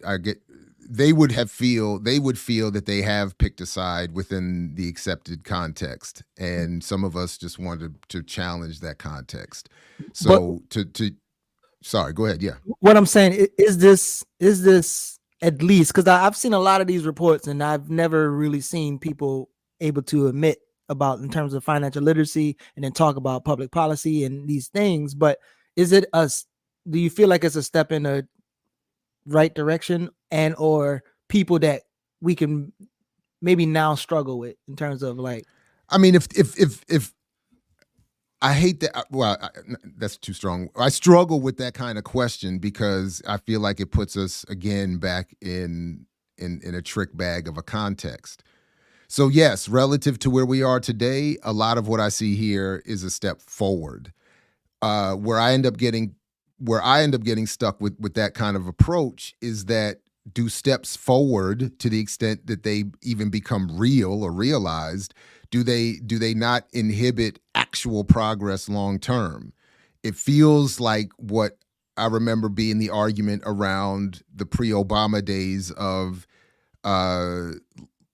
we have to support let's at least get what they ended up calling Obamacare, because that's a step to us getting universal health care. And my argument has always been, and I think correct, that that's not in fact how it works. That the false step forward, or the minimal step forward relative to where we are, is used as a mechanism to ultimately stop us from getting where we need to be. New Deal. Yeah, I mean, yeah, I think that's so. If a neo New Deal. Yeah, I think that's a good point. So if an approach advocating baby bonds and guaranteed incomes are going to be used to discourage an understanding of how the economy works, an actual call for a redistribution, an actual end to capitalism, if it's always going to be used to prevent that, then I would rather we just skip it. Now and then I'll stop here. That's kind of hard though. Okay, but that is, and I'll stop here. But Diallo, and then you pick it up here. But that also assumes that even this gets implemented. Yeah, I mean, at this point, it's just an argument. But yeah, go ahead. Go ahead. I'm just saying, I want my cousins and them to get their $35 insulin, even as I fight for universal health care. I won't reject price caps on insulin within the current system. So that's the delicate part. In terms of, I'm not going to discourage or dismiss the hardships and the suffering that some of the more immediate alleviation of some of the more pressing, as we go, pressing issues and day-to-day issues. I support housing vouchers, and as I seek to obliterate the land ownership. You know what I'm saying? Yeah. That's where you can't get bogged down there, but we also can't reject the significance impact that it has for a lot of our people. But so I think is very similar to the conversation around Christianity and spirituality or whatever, about if you're organizing with these people or you want to interact with them people or they're in the community, can you build with people who can speak on common ground, right? So for instance, does your Christian friend move like Skip or Jackie or whoever? And then so can you admit that, because even in the beginning of the chapter, the CEO wrote how wealth was through extraction, forced labor, and systematic oppression. So we can agree that violence, public policy, and fraud is how people build wealth. We can agree there. And we can agree you can't financial literacy your way out of this thing. Black businesses is not really doing anything for us, or if not at all. And so we can agree to those things. Now, the solution, and again, I know we might not agree on the solution because I don't think they can explicitly name that capitalism is the actual problem. And that's indicative of all those things that you just mentioned. But if we can go from there, then we can struggle through a solution. And if your solution is still capitalizing or giving Black businesses more income, we can show you how that has failed through over time. So I feel like it just makes it easier to engage with them, kind of focusing on the common grounds and then kind of working from there.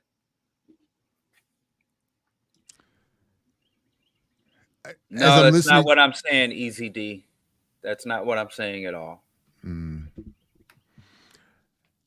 That was an easy question to answer.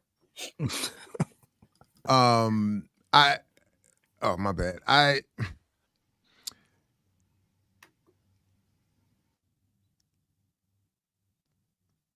As I'm listening to you, Geechee, I'm stuck with, because again, with both of you, I see the logic in what you're advocating, what you're asking. I also see the shortcomings and even failures of my own approach or preferred approach. And then I'm also thinking of it in terms of what Ricky said on the remix yesterday about that question that was raised around how Palestinians, understanding the context of war, want their people to see the images of their suffering, whereas we are reluctant to it, in part, if not entirely, because we haven't accepted properly the context of war. And in that, if I borrow that frame for this question, then I would have to, you know, as I understand it, maybe this is unfair to her point, but I'm saying,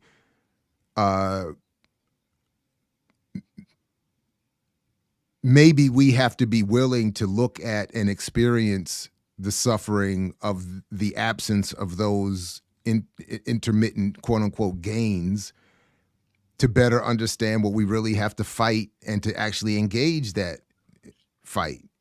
I don't know. I don't think I don't know. I'm struggling with that, but I'm just thinking on it. Yeah. Are you saying this because this is what I thought you was going to say, or thinking you said? As Ricky made that great point, this is kind of how I always saw talking about data in terms of racial wealth gap, right? And I know Diallo said we don't need to talk about a gap, and I'm like, it's not that I want to close the gap. I just want to show you that once you bust your ass and you work 7 occupations on your one job, you still ain't even gonna come close to these people. So showing them that, like, having a real glimpse of the picture of what you're doing and how it's working and how it's not working. So are you saying in terms of like seeing this data, seeing this research should push you into, now I'm not gonna say in itself should push you into it, but should show you the gravity of our actual condition, right? I don't want to compare it to babies being blown up, but the economic condition, having it real time, even with all the work you've done, all the billionaires and millionaires we've gotten, and this is how it looks. So Atlanta seeing that this report says 37% of Black people in Atlanta have at least $2,000 in their savings account. 89% of white people have it. So constantly seeing that, because again, a lot of these people could be renting, have a mortgage on a house and look like they live in a different place, but in actuality, like, majority of them don't have $2,000 in their savings account.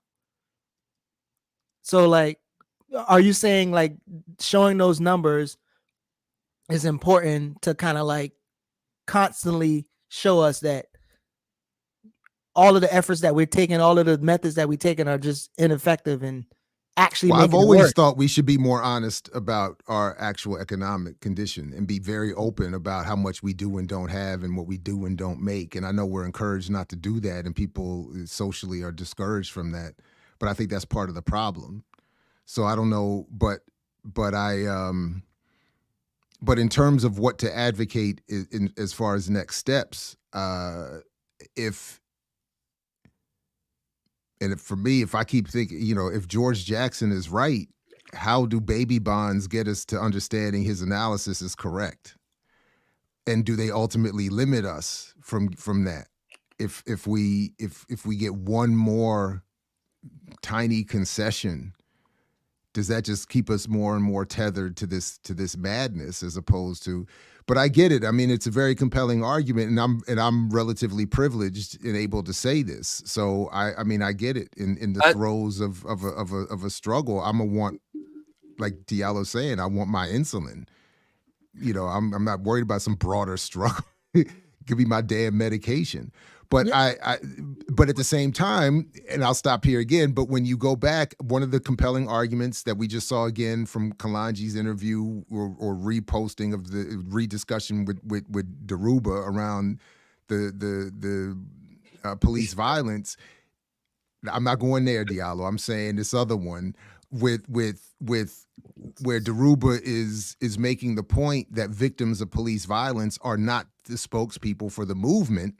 They're the suffering victims, and that's why the analysis about what we need to do shouldn't come from them.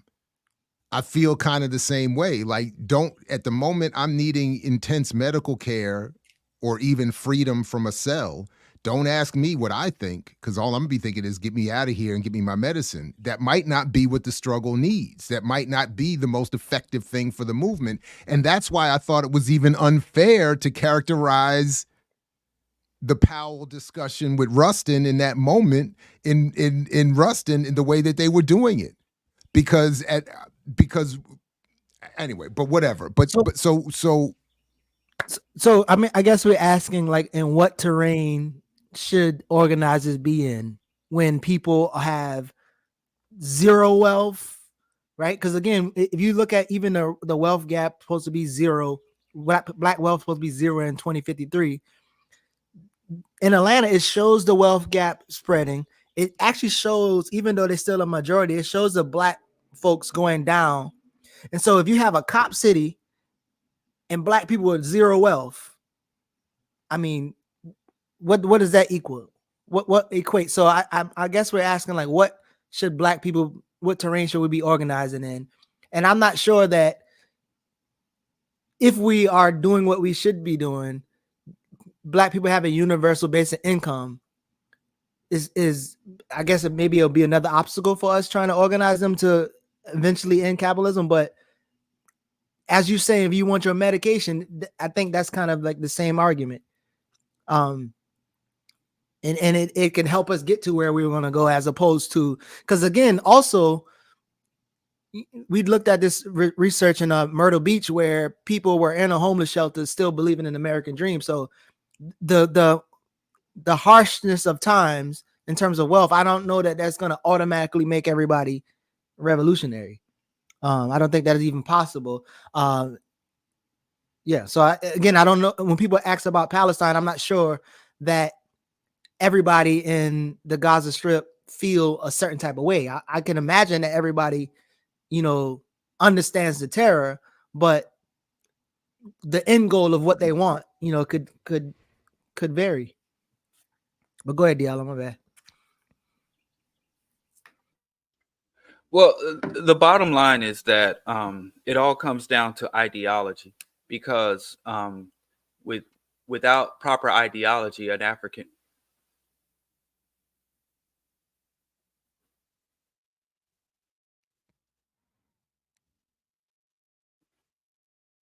Wait, did you just stop? Yeah. I stopped because I'm noticing something. I ain't gonna say nothing though. Wait, you noticing that I pull up the thing when you start talking? That's what you're trying to say? Yeah, I did notice that. Because y'all do that. Okay, that's fine. I thought it was fair game. We all do it to everybody. My bad. I won't do it anymore. We on tape. So we on tape. We can see who it happens mostly to, but it's all good. I ain't gonna gaslight you. I'm sorry, Diallo. No, my bad. Honestly, I didn't even. I wasn't. No need to apologize. I'll but stop. If you put a comment up, I'm gonna read it. But I didn't put the last two up though. But I won't put any more up. I thought it was slipping his hand. He tried to keep both hands up. No, I thought we all do it though. I didn't think it was an issue. But I hear you. I won't. Well, it's like it said, those interracial commercials, the distance. There's some subtle details you don't notice unless you take time to identify them. Go ahead. Exactly. Land your plane, Diallo. My bad. As I was saying, in terms of, okay, do we fight for insulin and grants and baby bonds and universal incomes while we're trying to upend and obliterate capitalism and white hegemony? It's ultimately, our problem is ideology, not the presence or lack of resources. Because you have African people who are absolutely destitute, as Geechee pointed out. Destitute Africans or destitute people in homeless shelters talking about the American dream. You have people who are destitute of the African diaspora, our African brothers and sisters on the continent drawing Nike swooshes on shoes that they made out of scrap. And then you also have affluent Africans, well-resourced Africans who are allied with the oppressors. So we have to understand that the presence or lack of resources and opportunities is not really the factor in how a Black person can make a positive contribution to our just aspiration. What divides them is not education or lack of education. We've had illiterate revolutionaries and we've had reactionary scholars. I'm speaking as though it's past tense. So it's ultimately the ideology and the agenda that the ideology seeks to advance. And I think once we have that, I think we can navigate and we won't be able to be bought off. So what I've found is that, miserable conditions or grand opportunities can't really deter, or as Bobby E. Wright said, you can't enslave a thinking people because they will constantly be conspiring against you.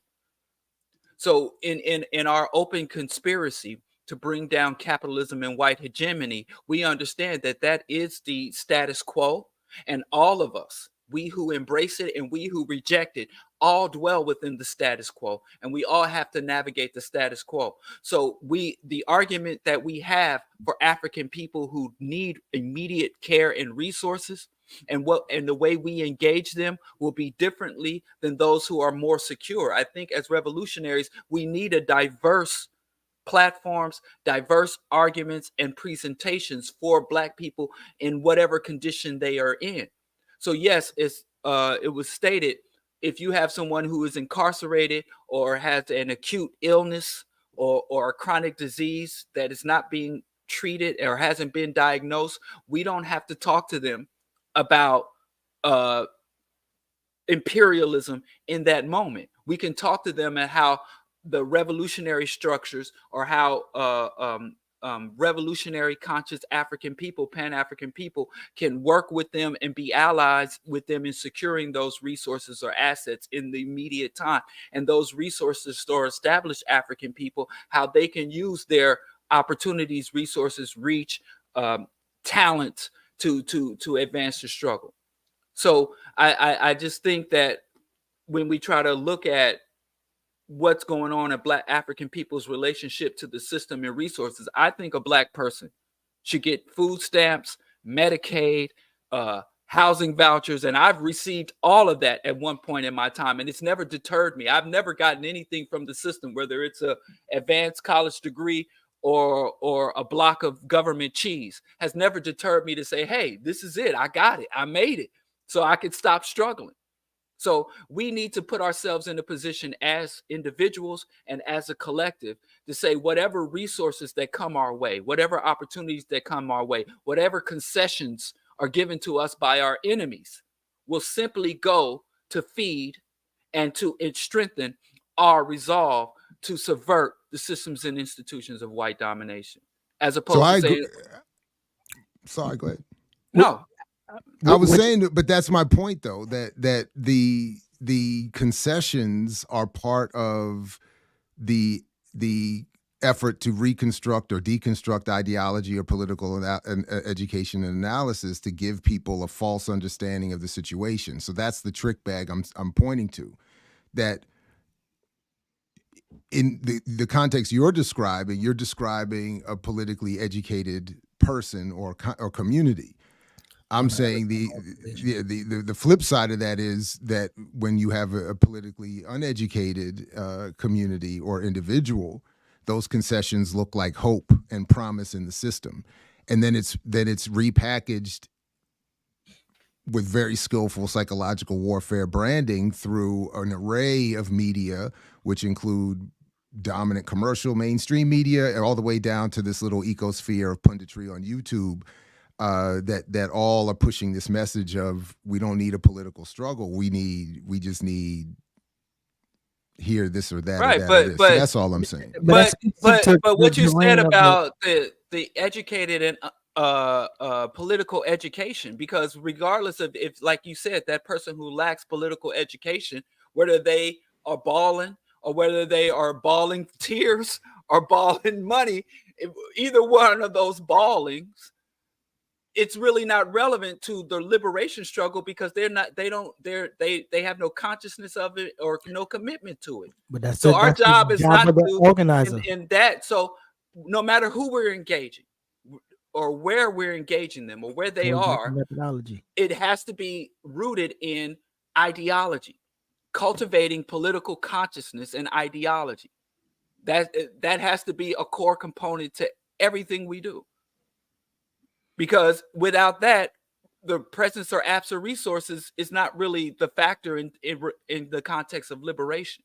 So again, I don't disagree, but what I'm asking is, but if we end up advocating this or that concession from our vantage point with the hope that it will perform a certain function, are we in effect working against our own ability to expand the message of our of analysis or our political education? Do we end up working against ourselves? So now Geechee is posting a comment during my attempt to make a point. I did that. So I did that. are we not doing it? No, are we actually, not doing that anymore? actually, We're that was doing that? up before you started What are talking. When Diallo Was it? finished. Yeah, you wasn't Okay. looking at the screen. I promise you. It's recorded. So when you Because go back to Ricky, the as much as Ricky contributes from the chat, is currently in the chat. So I'm actually here. So I would like to not compete. If we're gonna follow that, which I'm good with. All right. So I didn't see the comment, but the point I'm getting at is that I that is a concern I have, that we have a certain analysis that we're bringing to a certain activity. Others have their own approach and reasons for engaging a certain activity. And if we end up supporting that same function or act, are we not in some way undercutting our overall goal and effort? And I always struggle with this. At what point do we become more aggressive in just condemning something? And what point do we agree with the concession? And at what point is value made from either decision? I've never struggled with that. When we were opening our little restaurant, there was this program where you had to go take these these classes that were supposed to teach you how to construct a business plan to attract investors or whatever. But if you sat through all those classes and you took the exams, they would give you a couple of G's that you could spend that would be earmarked towards the opening of your business.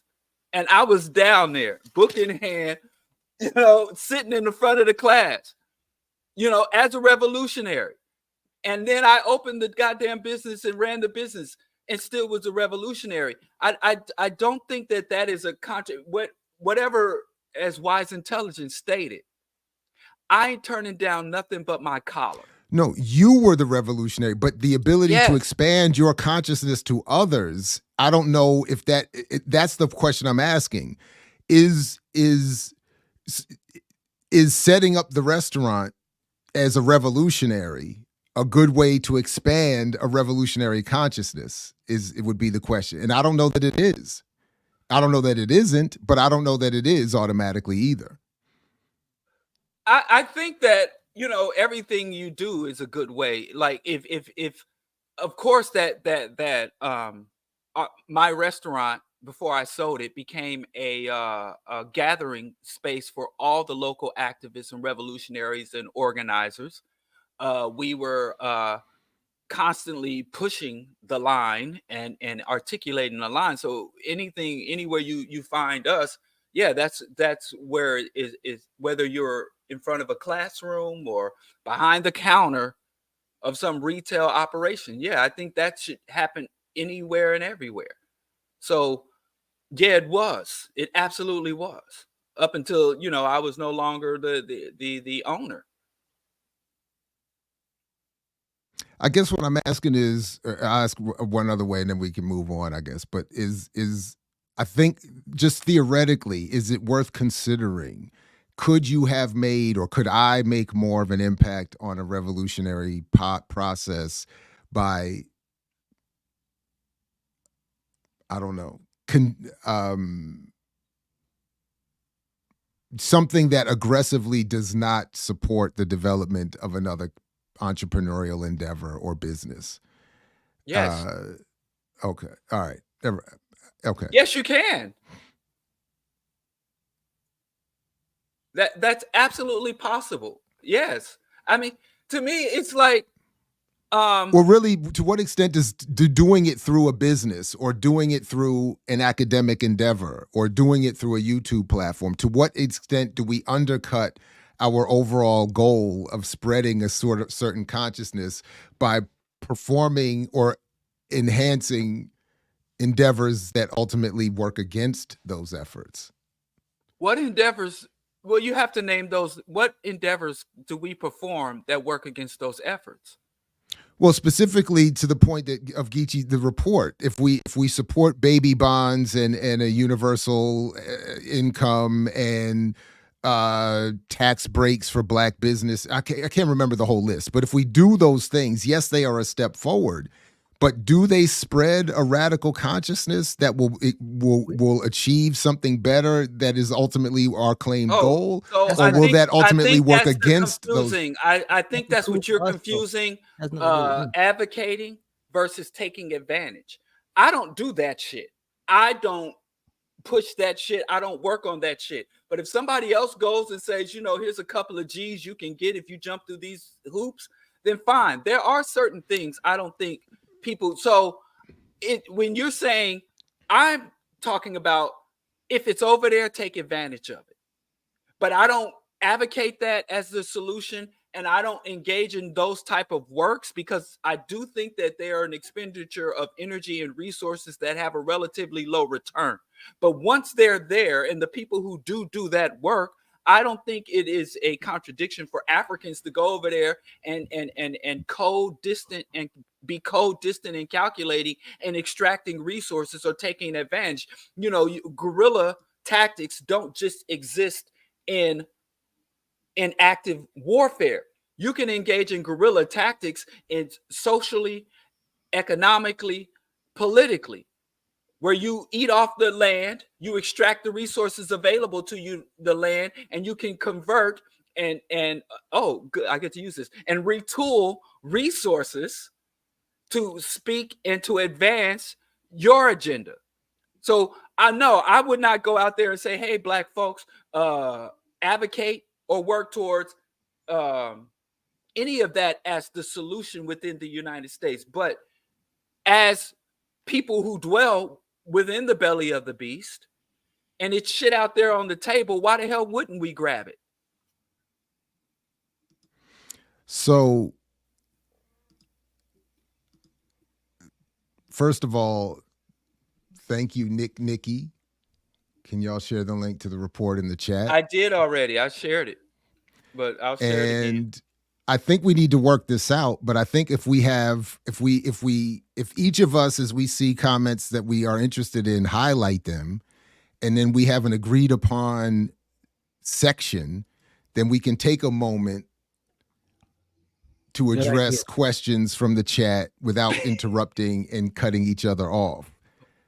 Good idea. I would say that I think that is an absolutely great idea. Or in addition to, we can also say the speaker should be the one to highlight, post a chat while whoever has the floor. Perfect. So whoever has the floor can highlight the chat, right? And if someone else is speaking, then you can, what did you say? Put the star just thing, right? Highlight it and save it. Highlight it, and then when it's when you have the floor again, you can bring that up, even if after your point or before your point. Say, hey, I just wanted to acknowledge this comment. Whoop whoop whoop de whoop. So unless it's like a paid comment, then those should just be. Those should just automatically, right? Automatic. You automatic. Interrupt. If Jesus Christ came on as a guest and was giving us the revelations, I'd say if somebody put some money on it, then come up anytime. Interrupt immediately. I'm with you. But this is my point, by the way. Policy. I love policy. When B Modular says that they agree with you and that's their approach to crypto, based on our discussion about that with Modular last time, I think that's where I think that's makes my point. Their agreement with you is making my point about what is his approach to crypto? That you're using it your guerrilla style, like it's a guerrilla engagement with. And I just don't see it that way. I actually see it more as a tacit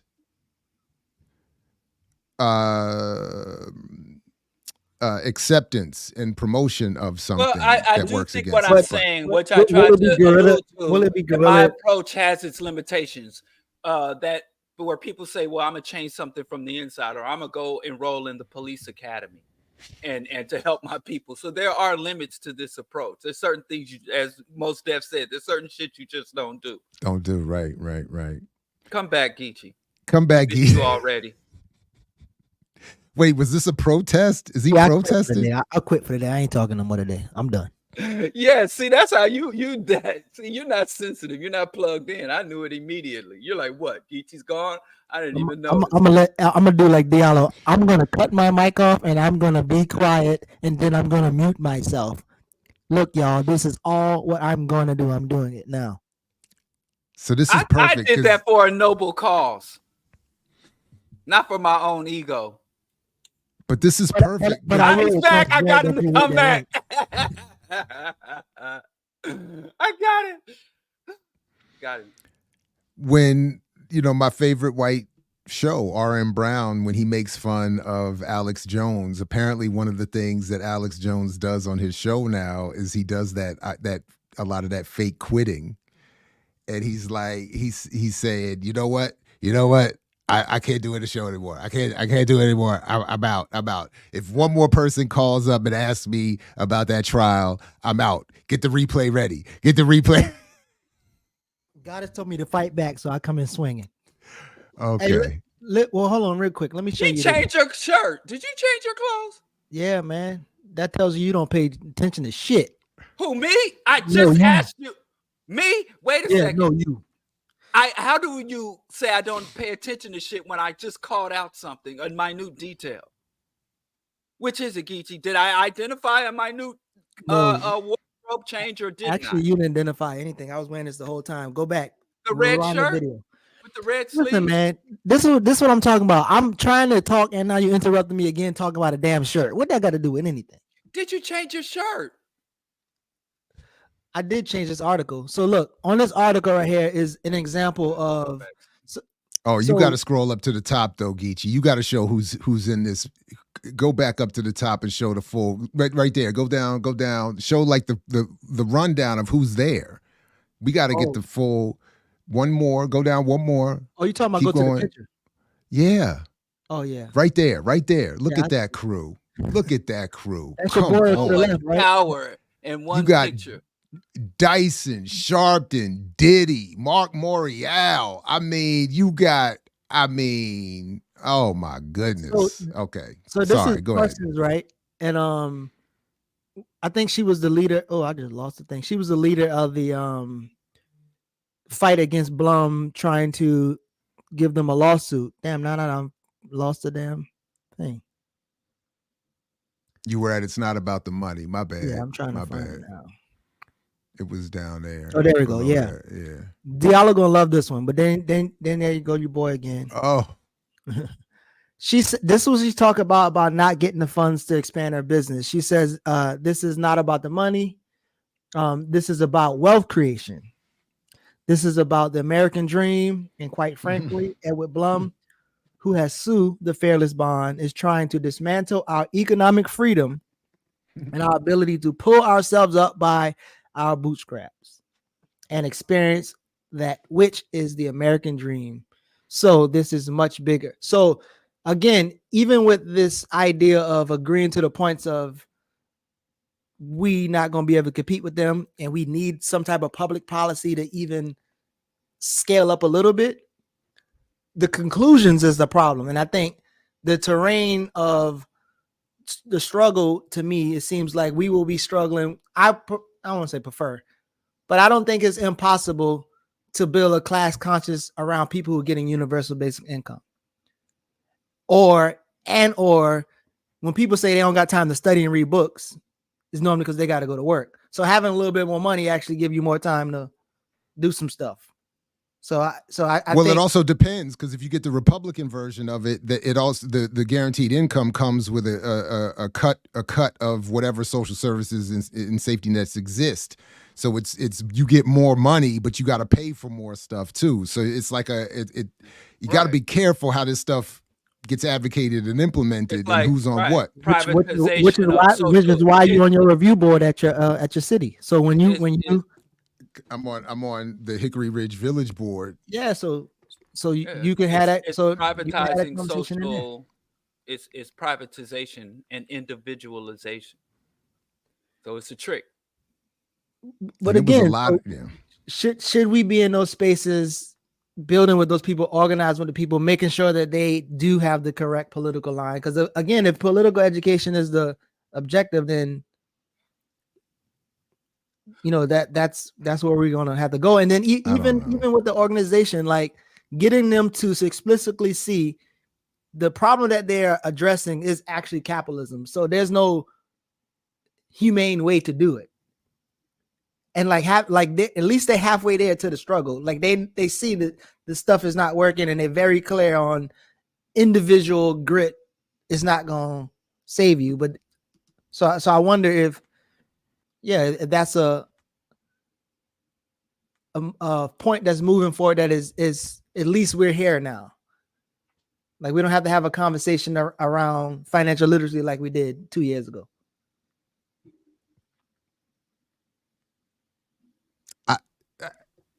I'm hesitant because I think you may have a point, and maybe you're right, but my hesitation is always in these seeming advances are being delivered in very reactionary packaging. So I don't know. I mean, we'll have to see to what extent the arguments that the three of us represent on this show and elsewhere on this platform can keep pushing their way into these discussions.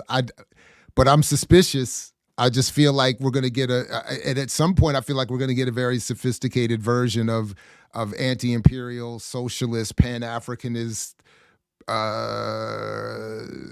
neoliberalism. I just feel like we're going to have to. It's going to be some very slick. So I don't know. I really don't know. I don't know.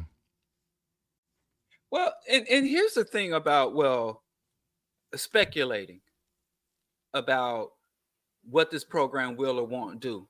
As things without certain programs, it's not as though Black people are on the verge of some grand, widespread revolutionary awakening and movement. So to say some particular program or relief will derail something that's not on the tracks, I don't really understand approaching it from that point of view. It's kind of like, and I know people say, but it's kind of like people talking about my method is not going to bring people, as if there's this mass exodus from religion. And then I come out and say, something disparaging about a murder cult, and then it's going to drive everybody back to religion. The status quo is everybody, like you said, 80% of the people identify as Christian, and I'm sure the vast majority of the remaining 15% have some other spookism that they all entangled in. And so the success or failure of my methodology is not really related to the state of being, because like anything you do, in anything we do or don't do, there is no revolution. We have revolutionaries, Black revolutionaries all over the United States, but we don't currently have a Black revolution. So we're really discussing whether or not something will stop or reverse or derail something that isn't really here.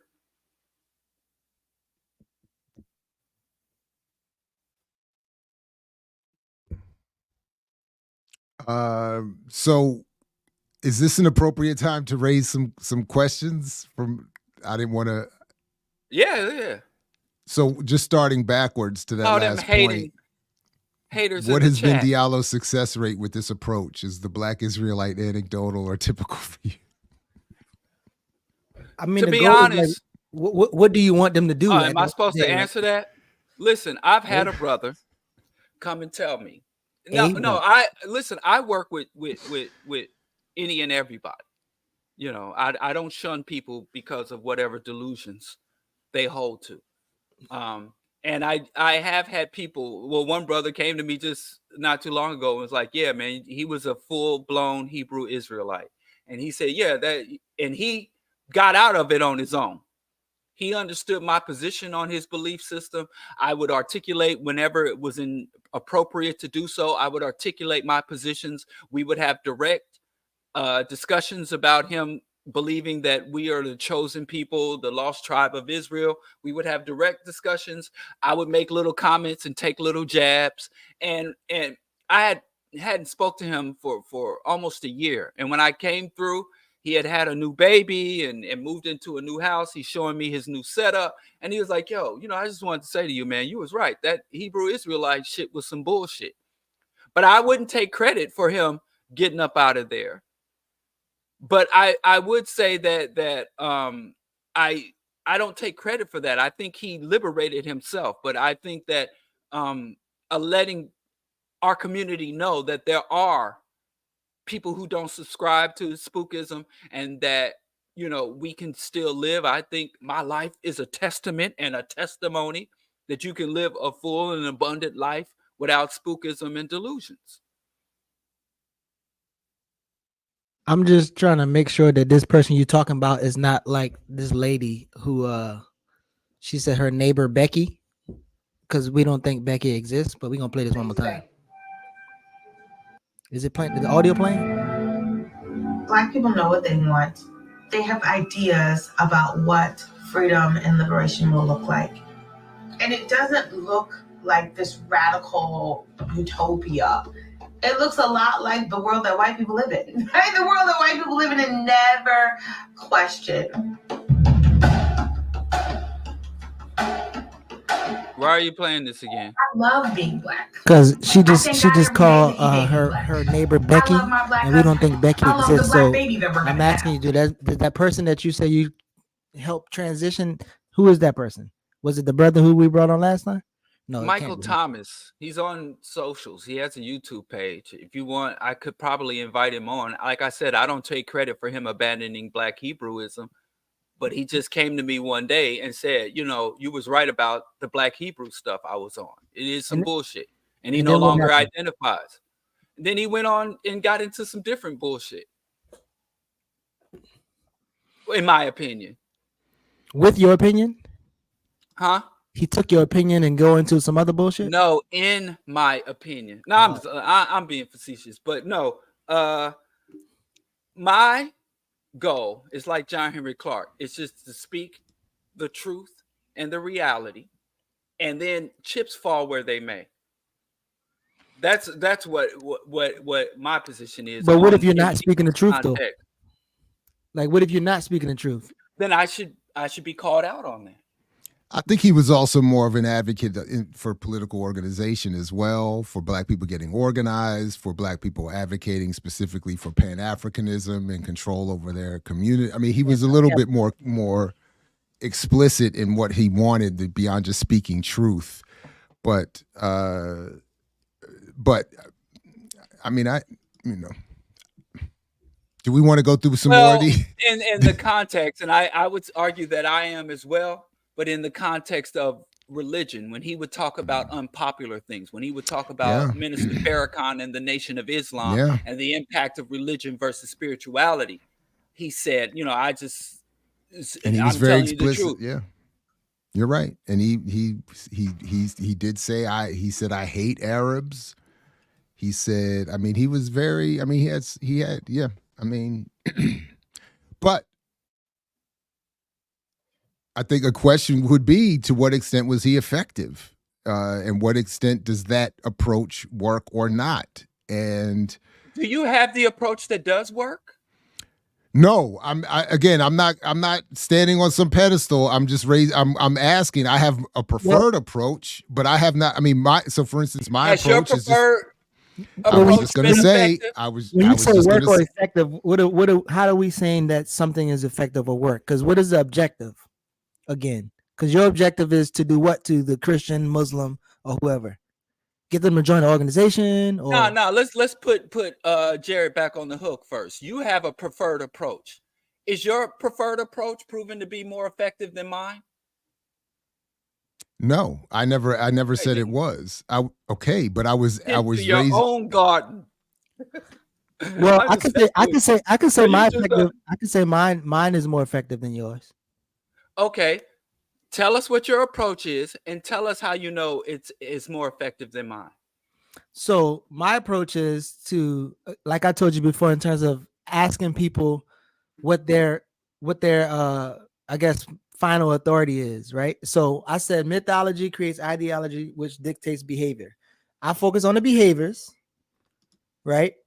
And if they want to get into a conversation about their mythology, if I know a bit about it, I will go there with them in terms of like Christianity, Islam, and those things. But other than that, I'm not about to be arguing with them about their mythological beliefs. I'm more focused on the behavior and some of the ideology that dictates their behavior. And how I know that I'm effective is, one, people are not, especially Christian people or whoever, they're not repulsed or they don't feel a type of way about me engaging them. Like they feel like they have a safe space to even actually talk to me about their insecurities within that religion. But if you attack them and beat them down or whatever else, they're going to close up like any person. That's like dealing with somebody with a trauma, antagonizing their trauma and then wanting them to kind of open up to you. That shit ain't going to happen. Okay. I think we missed something here. First of all, when we talk about your methods and your effectiveness, what is your goal? So the goal is to build relationship and be in solidarity in the work that we do in the community. So you have a goal that has nothing to do with my goddamn goal. So how are you going to compare? I'll say it again. My goal is to diminish the power and presence of alien religions, of regressive religions in my community. Number one. And number two, do you want to know my goal? No, I heard it. Number two, it has nothing to do you with didn't, because I've said it several times, and I'm here telling you again. You didn't hear it when you heard it. So listen. And number two, to motivate as many Africans as I can to exit the colonial religions, to abandon, reject, and dismiss colonial religions. So you're here making comparisons against two divergent goals. So people, brother, like it's you, not about comparison. We says goal, like, so if we have different goals, right? And you talk about goals and it's effective. We talk about, like, people in the chat up here confused because maybe they thought that your goal was to help to change the material conditions of Africans. Your goal is not that. Your goal is to I have more than one goal. I have more than one goal. I thought we were talking about religion. No, when somebody asks about effectiveness, that's what they're talking about. They're not saying how effective, because we know you're not effective at changing. Jared, can you come on and tell the truth and shame the devil? Were we not talking about my effectiveness in relationship to the way I talk and approach religion? No. So again, I think Geechee is right, but in the interruptive moment and the gotcha game, we sort of lost the plot. So for me, the question of effectiveness is, as I understand it from the chat, and I agree, is always around, broadly speaking, the material conditions of African people, with the idea I was totally at a loss, because I thought we were talking about I'm ineffective in terms of getting people to reject religion because of my approach and not being respectful of people's beliefs. How do you feel about their religion? Wow. Okay. So for me, the question has always been, is your approach to condemning the belief systems of various African people engaged in work that we're associated with, is that an effective mechanism for expanding the reach and of that organization or of that work or that broad goal of overturning the material conditions? Y'all want to change up. No, that was never. So no. I could answer Diallo, wait. But Diallo, let's be clear. Diallo, wait. Let's be clear. This is not a change up. You could be fair and argue that this has been a misunderstanding from the beginning, but this has never been a change up. My argument has never been specific. My argument has never in my life been specific to just the issue of reducing religion's impact on Black people. My point has only and ever been, to what extent are religious beliefs an inhibiting factor to African people radically joining organizational efforts and movements for change, material change in this world. So so I just want to be clear on that. This is not a change up. It may have been a persistent and long running misunderstanding, but that's it. So that's why people have always been asking in the chat and myself on screen, to what extent is your approach effective? Because if the goal is to bring more Black and African people into radical organizations for movement, and you're condemning their religion before they even get in there, I'm not seeing how that's effective. Now, specific to the issue of religion, when you ask about effectiveness, my approach has not been sufficiently effective in removing imperial religions from African people's consciousness or adoption or identity. Similarly, I have not found an overall effective, guaranteed sort of or effective approach to bringing more African people into radical political organization.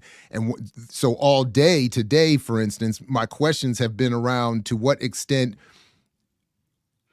does our adoption or acceptance or engagement or form of engagement with these issues work against that overall goal of bringing more people into radical organization, radical consciousness, etc.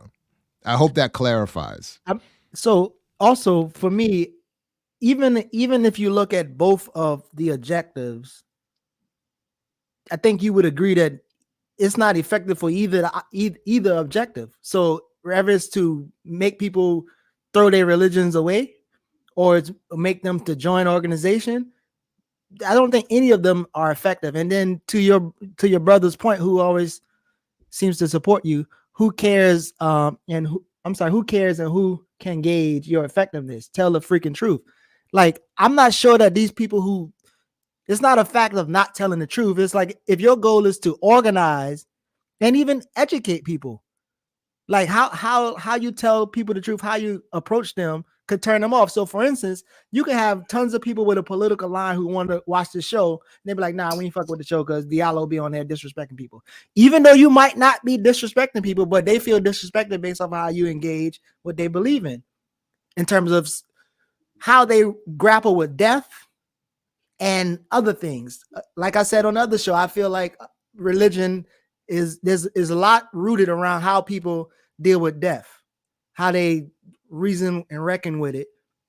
And I'm just not too wrapped around trying to convince them to think otherwise if the behaviors are in alignment with what I believe in and what will help African people in their material conditions. But by the way, I think you can engage. I think you can gauge effectiveness. I have gauges for what I think for effectiveness that have everything to do with sizes of movements, popular analyses, arguments I see people making, the engagement of certain organizations. All of the, there are a variety of ways we can gauge our effectiveness in that. And I don't think, blanket claims to be speaking truth justify or cover all forms of approach. I don't think just because I'm claiming to be honest that I get to be rude. I don't think because I claim to be honest I get to be well, yeah, I think That's bull. Go ahead. Okay, go ahead. That's bull. Go ahead. First of all, in terms of my position on religion, provoking someone to reject the struggle, I think there has to be a process of refinement. I don't accept that any people anywhere in the world who have come under any level of oppression, colonization, or enslavement have gotten liberated through embracing alien ideologies and alien belief systems and alien social theories.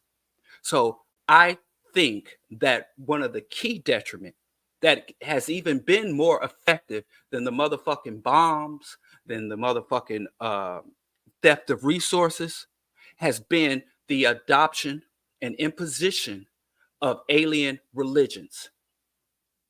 I say all the time, Islam is an icing on a cake called Arab nationalism, and there hasn't been one slave ship that wasn't blessed by a priest, and there isn't one military regiment that doesn't have a holy man that's been a part of the military infrastructure. So yes, I think that Islam and Christianity specifically are part and parcel of the systems and institutions of white hegemony and oppression. And I think it is foolish for Africans to believe that we could ever call ourselves liberated, decolonized, or free while we're still worshiping the gods of the colonizers.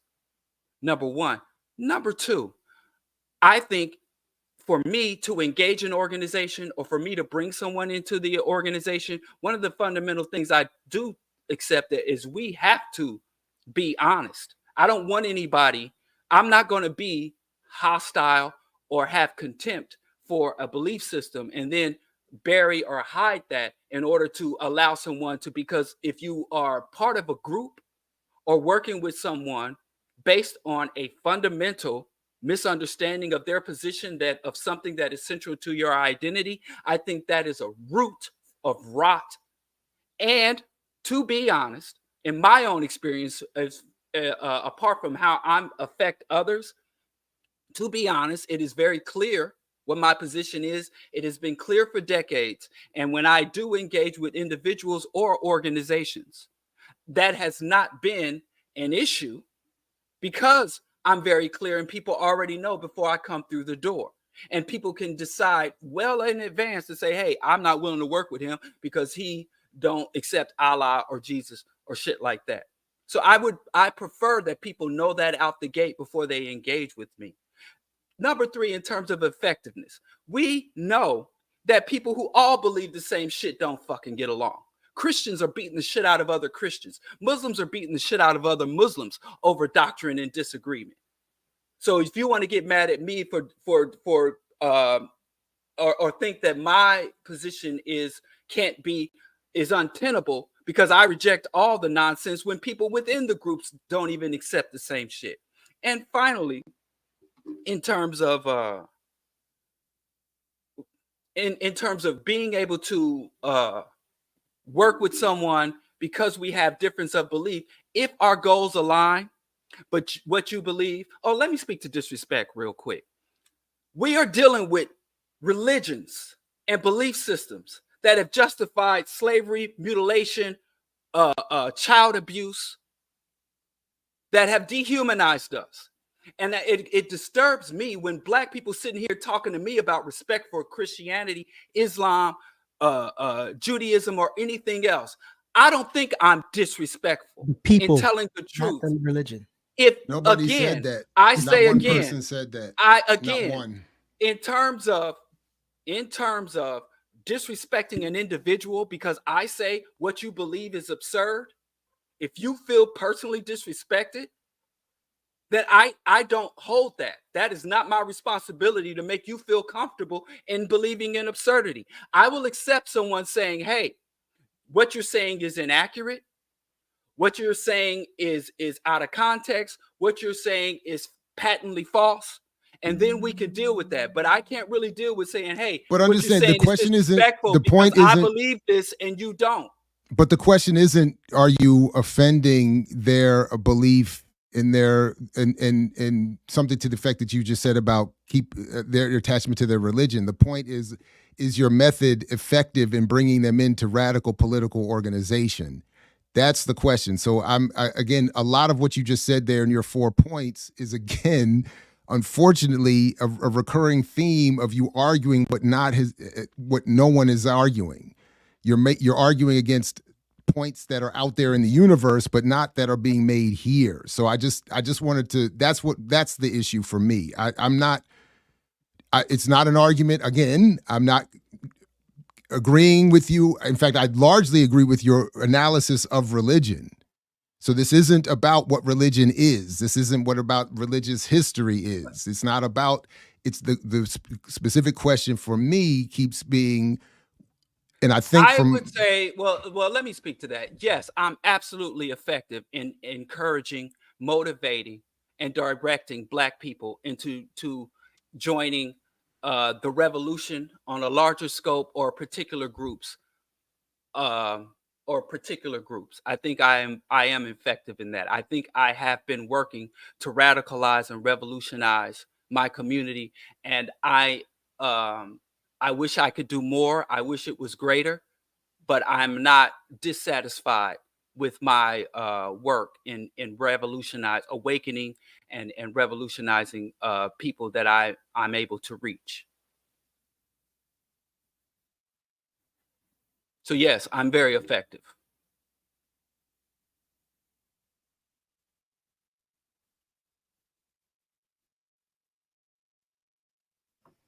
Were you pulling some up yet, Jab? So let's did y'all get to watch any of this D1 rap battle versus not rap battle, but argument with the gangster rappers Meek Mill, Jim Jones, Rick Ross, and them? Did y'all see any of that? Mm-mm. No. I was trying to find the better clip for it, but basically he's calling out these rappers for their shitty lyrics in particular, which I don't even know if he understood, but he's saying that Meek Mill supposed to be the face of prison reform, but then he also talking about shooting people in the streets and stuff, as if prison reform is something that again, the guy's not radical. He's a Christian preacher. I mean, a Christian rapper. His name is D1 DEE-1. But yeah, I was just wondering if y'all saw that, because it reminds me a little bit of Wise's long ago argument about rap lyrics and all these other things, and then D1 today seems like he's recurring it. But Jim Jones on an interview say like, you need to watch out for saying shit like that because my cousin might feel some type of way and he might come see you or something like that. And then Rick Ross says, this is how I make money. I give out turkeys. I've gave turkeys 20 years in a row. I give out toy drives. What are you doing? And he's saying you become famous off of critiquing rappers, not because of your lyrics. So I was just curious. I think Special Ed's condemnation carried more weight than D1. And like you said, D1 is a gospel rapper. Mm-hmm. I think he had some viral hit a few years ago when I first heard of him. I can't even remember it, but yeah. I don't even remember the context, but I remember when I first heard of him, he had some viral song that was supposed to be positive. But I think that the what he represents, Christianity, has done more to harm the Black community than even gangsters is. There's more Black Christians in this country than Black gangsters. So you do more to correct the flaws and contradictions within Christianity, would do more to help us than if every gang member walked away from their set and stopped claiming and gangbanging. But I think his that's why his criticism falls flat, where as when Special Ed came out, where he really talked about the juxtaposition to positive hip hop and negative hip hop, and how negative hip hop was pushed and its impact. But again, it's pretty low hanging fruit. And I think by now, I would hope the activism and reformism of Rockefeller and its whole activist line, and which is what Meek Mill grows out of, it's been pretty much everybody understood. Most of us understood going into it that it wasn't shit. But even just a not necessarily politically astute person, after his deal with the NFL and all that shit, we see that the Rockefeller and Van Jones being signed to that. I think he's coming late to the party with his condemnation of the fake activism coming out of the Rock Nation, which Meek Mill is where he's really speaking from. It's already he's a little late to the game. We gonna play the clip. I was trying to find a good clip, but Jared has this. You sent us a clip in the from chat, isn't that the clip you sent in our chat? Yeah, you're right. My bad. I forgot about that one. But has this reached? Do you want us to? No, so what? I was hoping to see the clip. I don't know anything about this. Oh yeah, that's what I was about to ask. Has it reached your classrooms? But okay, let me get that clip. But I have the clip. That's why I'm asking you. Yeah, play the clip. That's what I'm asking. I was like, my bad. Go ahead, play the clip. My bad. Yeah, heard it. Oh man. All right, hold on. Here we go. Let me. I wish Instagram was. I don't know. Could do better, brother. I love you too much. I love you too much to not be honest with you. Rick Ross, you could do better, brother. Meek Mill, you could do better, brother. I love you too much not to be honest with you. Are you the face of prison reform? Cause are you the face of prison reform? Or are you sitting here on your new song with Ross talking about getting somebody murked and shot at the red light? Which one is it, bro? Which one is it, bro? Cause I did a shoe giveaway in my city and gave out 1,300 pairs of your shoes because they said reform underneath them. And I love that you partnered with a major shoe company and you out here pushing prison reform. But now I got to sit here like, man, this man glorifying getting people killed as of a week ago. Like, what are you doing, bro? Lil Snoop really got killed. That broke your heart. You wear him around your neck. Why are you glorifying the same thing? The rap game, hip hop industry is great at cooking up some delicious poison. I don't call you out because I got a problem with you, man. Like, I wish we could go get lunch right now, me and any of them. I love you too much, Jones. You could do better. All right. So Diallo, that's the Cornel West approach to criticism, brother. I love you too much, brother, to let you go down that devil's pathway, to let you go down that white man's religious pathway. See, he didn't have to come on there and be like, y'all some suckers following the white man's economic policy. But he's getting the same response I would get if he had said that. He's getting the exact same response he would have get if he called them some punks. True. They didn't say, brother, you came to me with love. I'm going to take your criticism. But it's the principle. It's his principle, though. He is his principle. What is the principle?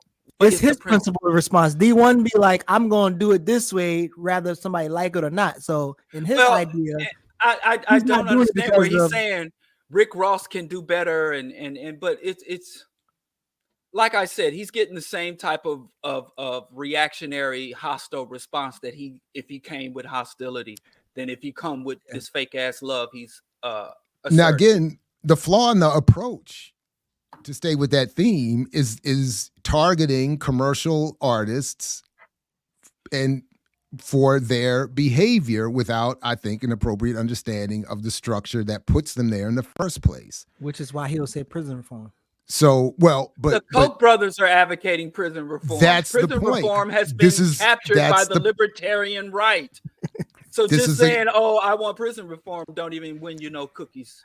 No. And that's exactly the point. So to put a Meek Mill version of abolitionism into the mix, the Koch brothers and Rock Nation and all of them get involved. And that's why the best part in all the years of Democracy Now's programming, the best clip ever is that little scene from few years ago where they were at Sundance and Jay-Z is promoting what was it, the documentary about the brother that oh man, my bad, who was in Rikers Island all those years and then killed himself. What's his name? My bad, man. I can't where's the chat? Khalif Browder. Khalif Browder. Yeah. And there's that clip where to her credit, Amy Goodman, I forgot the exact question, but it was a good follow-up question for Jay-Z, but it was one of them questions. And you see Weinstein, before his infamy, pull Jay-Z, because he was the one distributing that documentary, pull Jay-Z away from the discussion, be like, oh, nah. And you could see all of his billionaire, Jigga Man glory getting dragged off in that moment by those who are more powerfully situated to set the content. But I think what you're missing as well, though, Jay-Z didn't have an answer. So he was rescuing him as well. So it's not as though Jay-Z was ready to engage the issue. And then he was no, you're right. Talk. Yes. It's like during the NFL. Remember, he was sitting at the table. He had a seat at the table for that NFL pass interview. Protest. And he was asked some question, and just before he said, I think we've gotten past Neil. Oh, he was asked in that when he was announcing his Rock Nation's deal with the NFL, he was asked, would you stand for the anthem? And if you look at that, he literally glitched out. You know, he literally, like, just go look at that moment when somebody say, so if you were at a game and the anthem came on, do you plan on standing for the anthem? He didn't answer the question. That's when he went into that. I think we've gone past kneeling, but he never said whether he would stand or not. But yeah, of course he will. I Hand mean, on his heart with an American flag on his collar. So yeah, it was an exercise in control, but it's also an exercise in the fact that you're right. Just like Sway, Jay don't have the answers.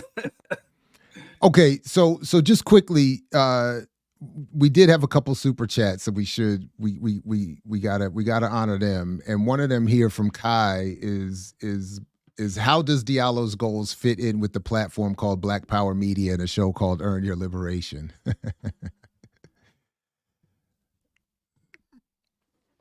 Should I answer that?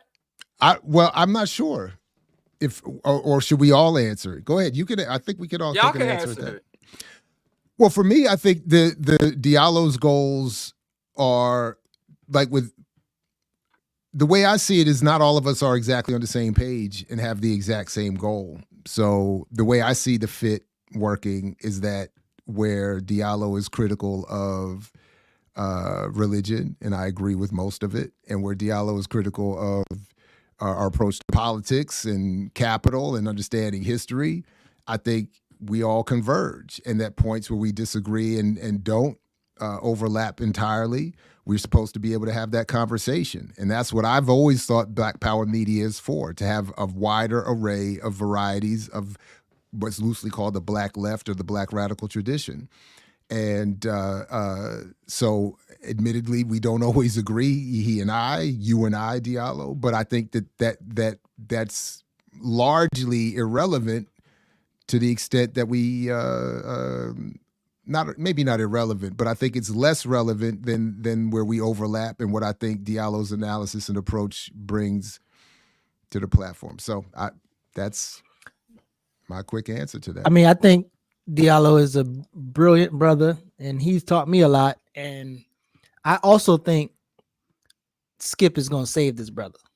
Like I think Skip's show and Diallo's show, I feel like it's going to make him a better, I guess, presenter and or organizer, and with the objective of making sure that our people are thinking more critically. Because the other thing, like I said before, sometimes the shit that people accuse Diallo for, they end up doing in different spaces. But also sometimes the shit that he's arguing, you're gonna have to deal with it and kind of like, well, I mean, the approach. I'm sorry, Yeah. sorry, Geechee. I'm being corrected at least. Oh, in terms of maybe both of us, that the approach is more about disrespect than disagreement with religion. In that, I don't know. Honestly, I don't know. I think we have a number. To be honest, I think we have a number of issues on the platform with disrespect that aren't the sole problem of Diallo. I think respect. And just quickly, and I think honestly, some of it is involved in the chat. I don't think this is I don't think it's a unidirectional problem. Absolutely. And so I think we have a platform-wide problem with respect, with criticism, with principle.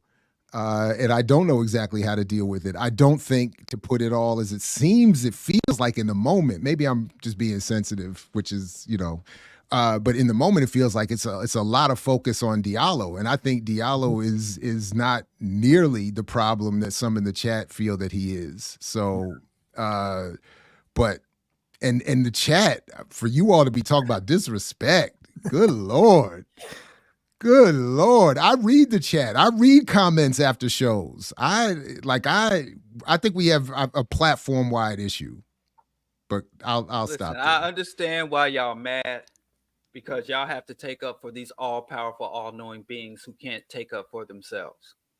So I understand that. It is a great task that you've taken upon yourself. In terms of my goals within the platform, I think my goals fit with Black Power Media because I think that I have great value for independent and radical Black voices, Black independent radical perspectives, and I think that without an established media apparatus, I don't think any revolution can get started, let alone be sustained without its own independent media apparatus. And I think that throughout the history of struggle and revolution, that holds true. We need to communicate with ourselves and in a way that's unapologetic and clear. So I think that's where it fits. I said in terms of a show called Earn Your Liberation, again, well, I'm not going to get into the history of how we came to name it that, but my goals also align for the same reason. I do have great value and respect for the role that revolutionary media and discourse and debate has for establishing and provoking struggle and revolution and sustaining it as it is carried forward. So I don't think that my place here is an anathema or even a corrosive force. I do think that I do make a good and positive contribution, Kai, and thank you for that $20. All right. What? Diallo said 5 shows ago he attacks what's on the table and not what's brought in the door, and I let it go at that. All right. Made great points, but he also said he's a man of God before he's black. D1 made great points, but he also said he's a man of God before he's black. See how religion have us all fucked up in the game? See what I mean? That's antidote, though, because not thank you, everybody. Akonke. Huh? Not everybody. What'd you say? Not I everybody. said, But what I'm saying is, D1 is not, again, the What is religion this? people, What is religious this, people that we know. y'all? what? What is this? Y'all defend? My bad.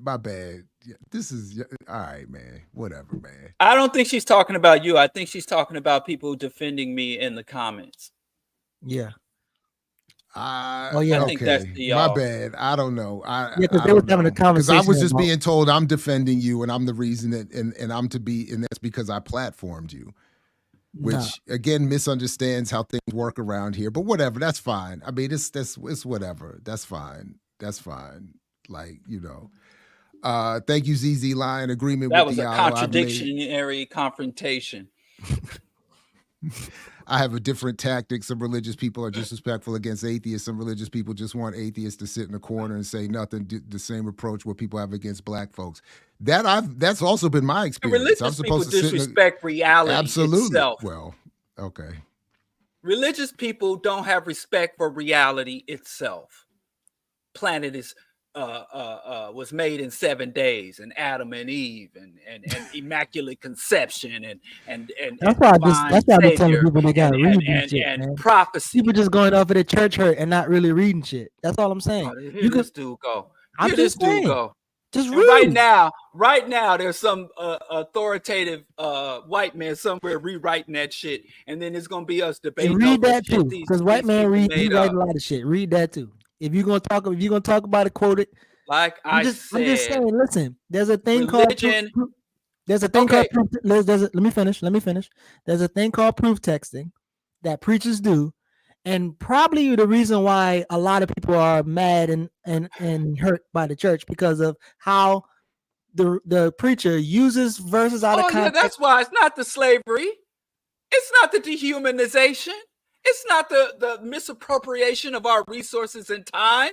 It's because of how the preacher misquotes the Bible or cherry picks the Bible. That's the problem. If the preacher just gave more academic sermons, that would fix it. But Geechee, what you're mixing out on, where you read the text, religion does not exist within those goddamn books, Geechee. And if you sit there and you just said most of the religious people don't read the books, then that ain't where the religion is. That ain't where it's coming from. So if all the people you say are Christians don't read the book, but they still Christians, then the people make the Christianity, not the book. The people make the Hey religion, not the Diallo, book. can I say something right quick? Please. Back off the mic. Can I say Yes, something? absolutely. Just back All off right. the mic. So one of the reasons why Garrett people, already and coached again, you.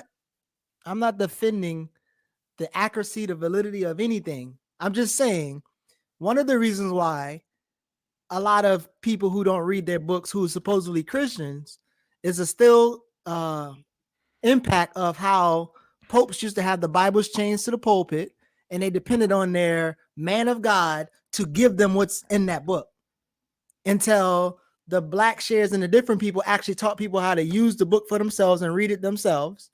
And that had much better outcomes. Protestantism well, had again, much better outcomes. That's my argument. Shit, you just made my argument.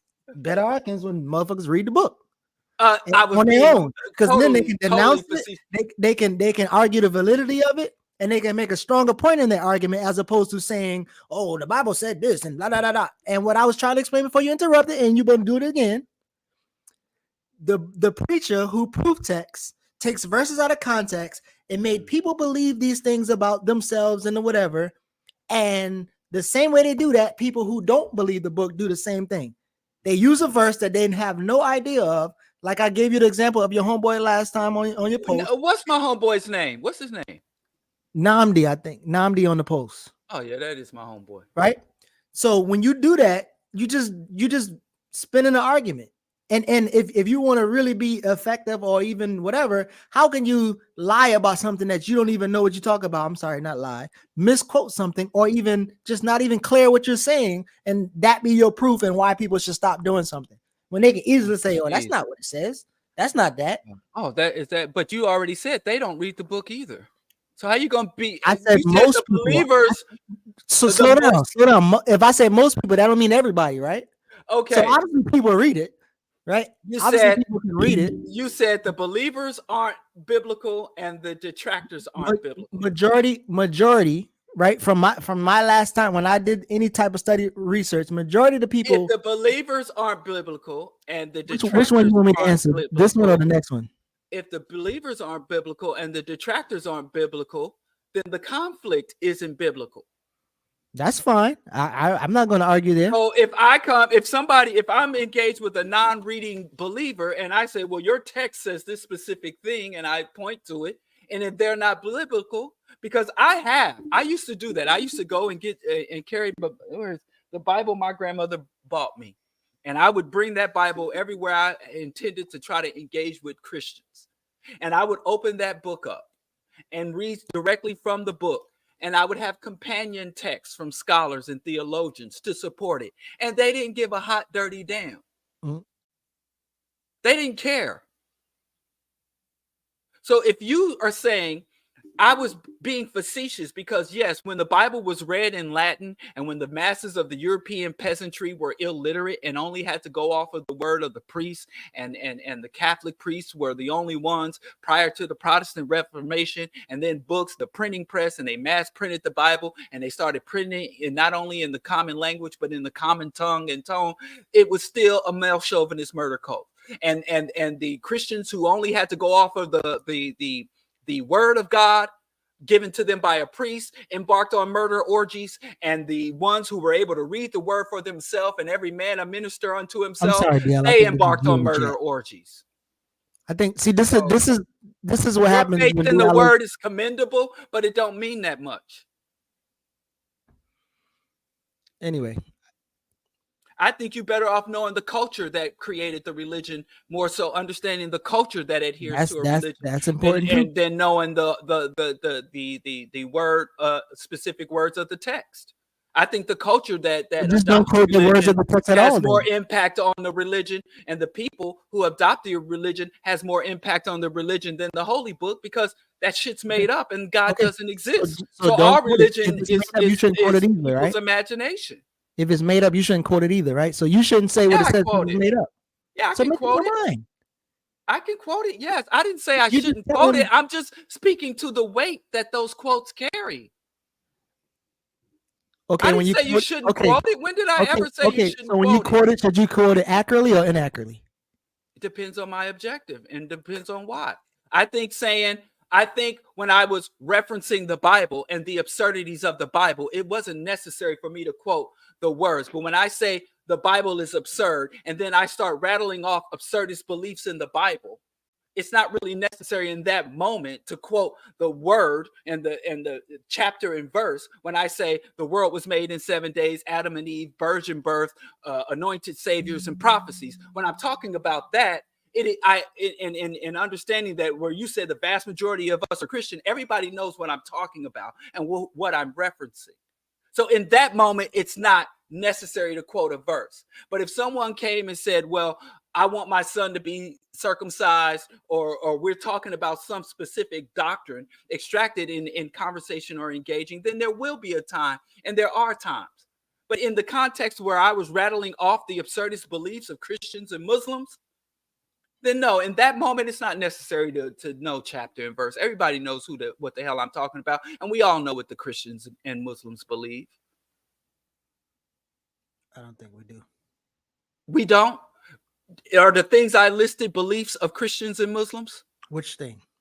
The things I was rattling off when I was talking about when I said Christianity, where people were talking about my disrespect of Christianity, and I said Christianity disrespects reality itself and things we know to be reality, things that have been demonstrated and proven to be factual, that the Bible and the Bible believers and Christians reject. I don't know, man. Oh, okay. We'll leave it at that then. I think what you are missing is the things that people are doing. For instance, like the dietary thing, right? So you became vegan because of what? I support animal rights and animal liberation. It had nothing to do with your health. That came later, but no, initially it was purely ideological and political. So if somebody took a verse out of context, and when Adam and Eve supposed to only eat plants and they're not supposed to eat animals, and they say I do this because of this, are they disrespecting reality, or are they actually coming to a right conclusion, whatever the delusion they had? Well, I used to reference that when I would talk to Christians. Well, I ain't talking about you. I'm talking about right now. That's their conclusion. Their conclusion where God essentially defined a vegan meal as, and meat in the Bible was defined as fruit and vegetables, at least in the King James version. But I used to reference that. But if somebody says I'm a vegan because God told me to, I think that's absurd. And I think that is very. And you want them to do what? And you want them to do what? I want them to continue to think. Vegan? I want them to continue to reflect on that motivation, because but you want them if you want them to still have that conclusion. You still want them to not eat meat, right? I want everybody who's living under an industrial food system to be vegan. There we go. I want everybody in an industrial society to adopt a vegan diet. If you're a Maasai herdsman or an Inuit, then that's something different. But I think it would be advantageous that most people who live in industrial society be vegan. And once we cross that threshold of someone becoming a vegan, I would praise them. But if we start to discuss motivations for veganisms and foundations for their veganisms, then yeah, I can be critical. And I can say, well, I respect this person's. If a person says, well, chronic diseases run in my family and a plant-based diet will help me to avoid those chronic diseases, I'd be like, yeah, that's reasonable and respectful. If somebody says, I believe that sentient beings shouldn't be used as commodities, I say, yeah, that's respectful. If somebody said, the Lord told Adam and Eve to stay off the swine, so I'm not going to eat it, I'd be like, oh, that's stupid, but, good for being vegan. So, yeah, I wouldn't tell them to stop being a vegan, but I would tell them if they ask, yeah, that's a dumb reason to be a vegan. Gotcha. Jared is in the chat having a having a powwow. Bring them on the screen. Let's finish with the people come on and if Coco and Kai want to come up here and explain how we haven't. I mean, they've been in there. Look. Sometimes I find this place frustrating. But so be it.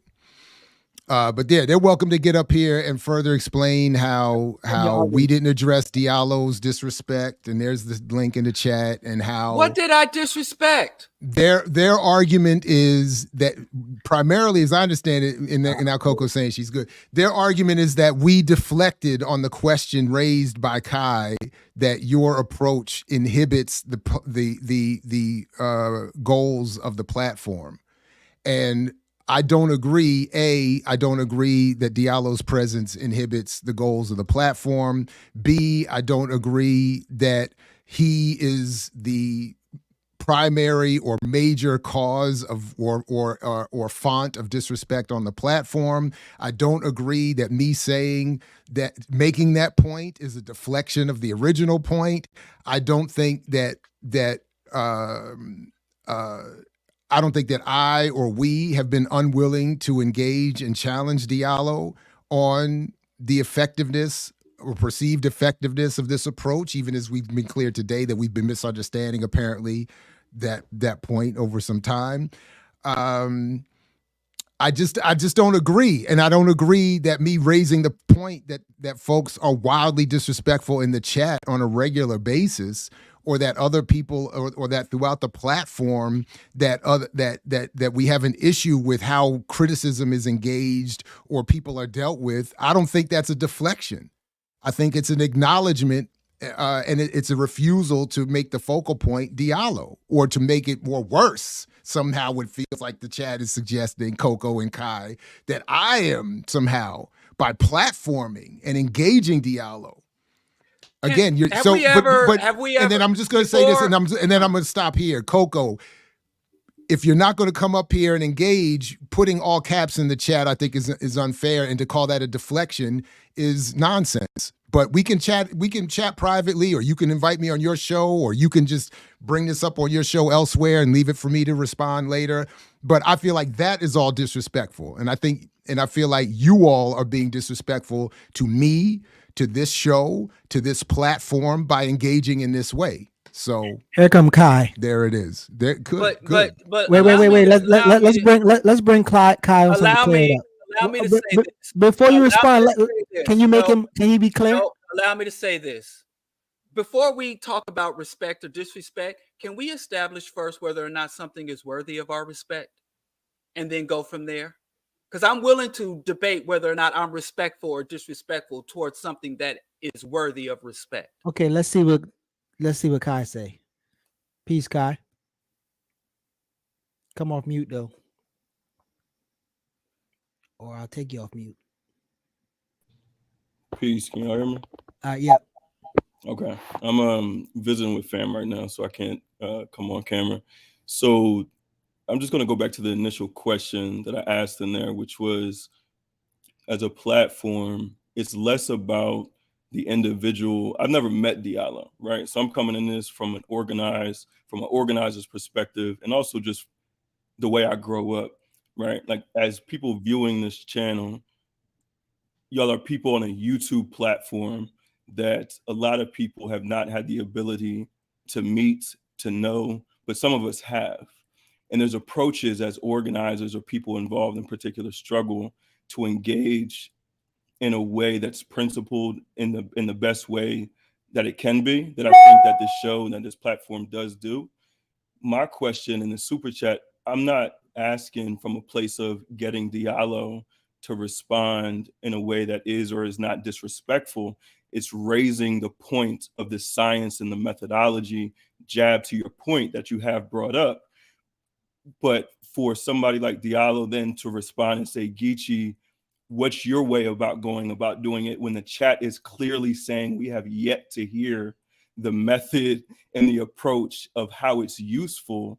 And Diallo, particularly around the conversation about religion, keeping in mind is less about the focus individually of just religion, somebody who's atheist, it's not about that. We're talking about as organizers, as people engage in this platform. And I'm gonna go as an individual, because I can't see the chat right now, but for me, when I look at the word Black Power Media, words mean something, as we've heard on this channel before. So if to call something Black Power Media on a show called Earn Your Liberation, and for people to be asking a very conscious question of how does this free us? In the moment that we are dealing with the things that we are dealing with, quote unquote, as the Black community or across solidarity of masses, what like those should be the questions continually being asked as an objective of where is this leading to? Where is this going? And I'll pause by saying, so I too don't have a right or wrong, but my pause or my hesitation is this will end up becoming a platform or a channel of so many of which we readily critique and our highlighting of what the limitations are, which is fair and okay. But like, so when we talk about trying to build a subscriber base or build a bigger audience, to what end? For what? To get who free? To get who into what? And I just think that as folks who are organized and in particular groups of reading and studying, there's ways to go, like there's ways to go about it much better. And the chat earnestly, as people who continually to come back and engage, I believe are coming from that revolutionary side of love that Joy James talks about, and saying like we're critiquing because there is a care for it to be better. And we should not limit it to just being on here. Many of us have each other's numbers or we're involved in the same organizations. But I think to the limit of those who are not, it shows where those people are not organized. And that's the challenge, because it could be better.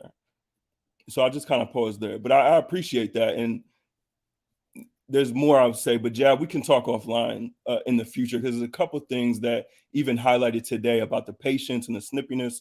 There, like we could talk more about that, and I'll do it offline, because I just think that's not the focus of why I'm coming on here. But I appreciate the chance to lift up, and if there's a response to that, that's fine too. But that's all I really have to say.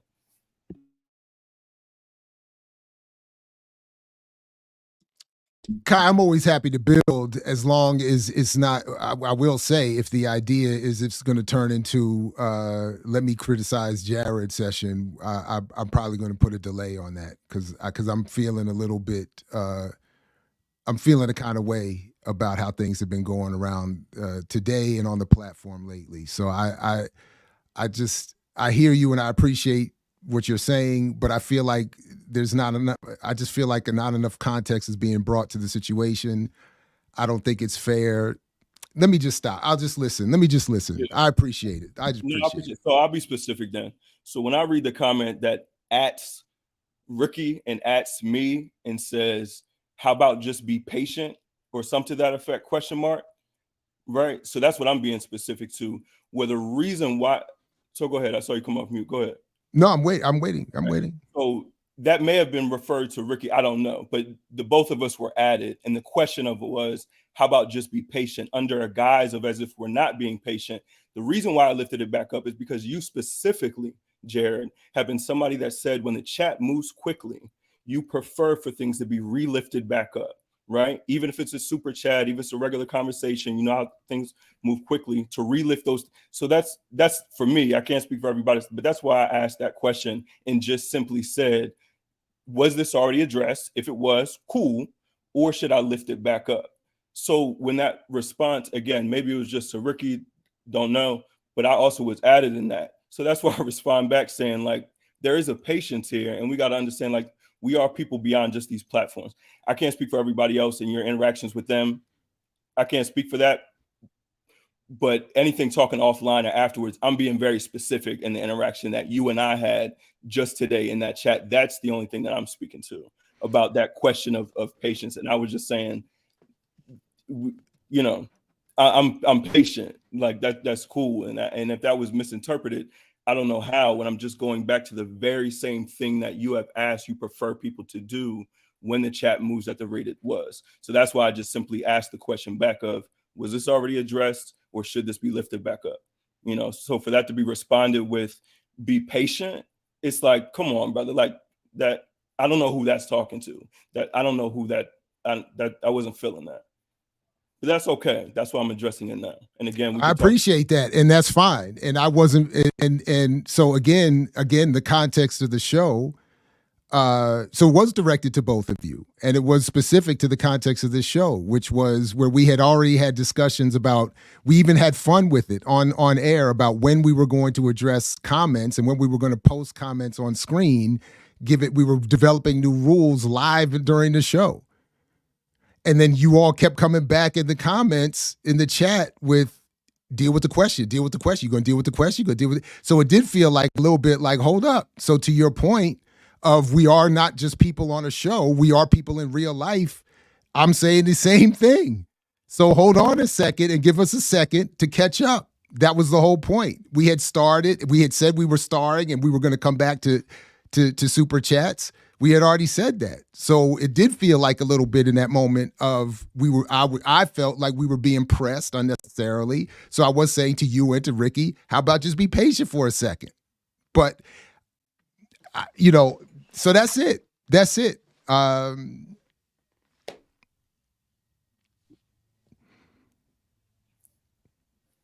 Diallo, did you have a response?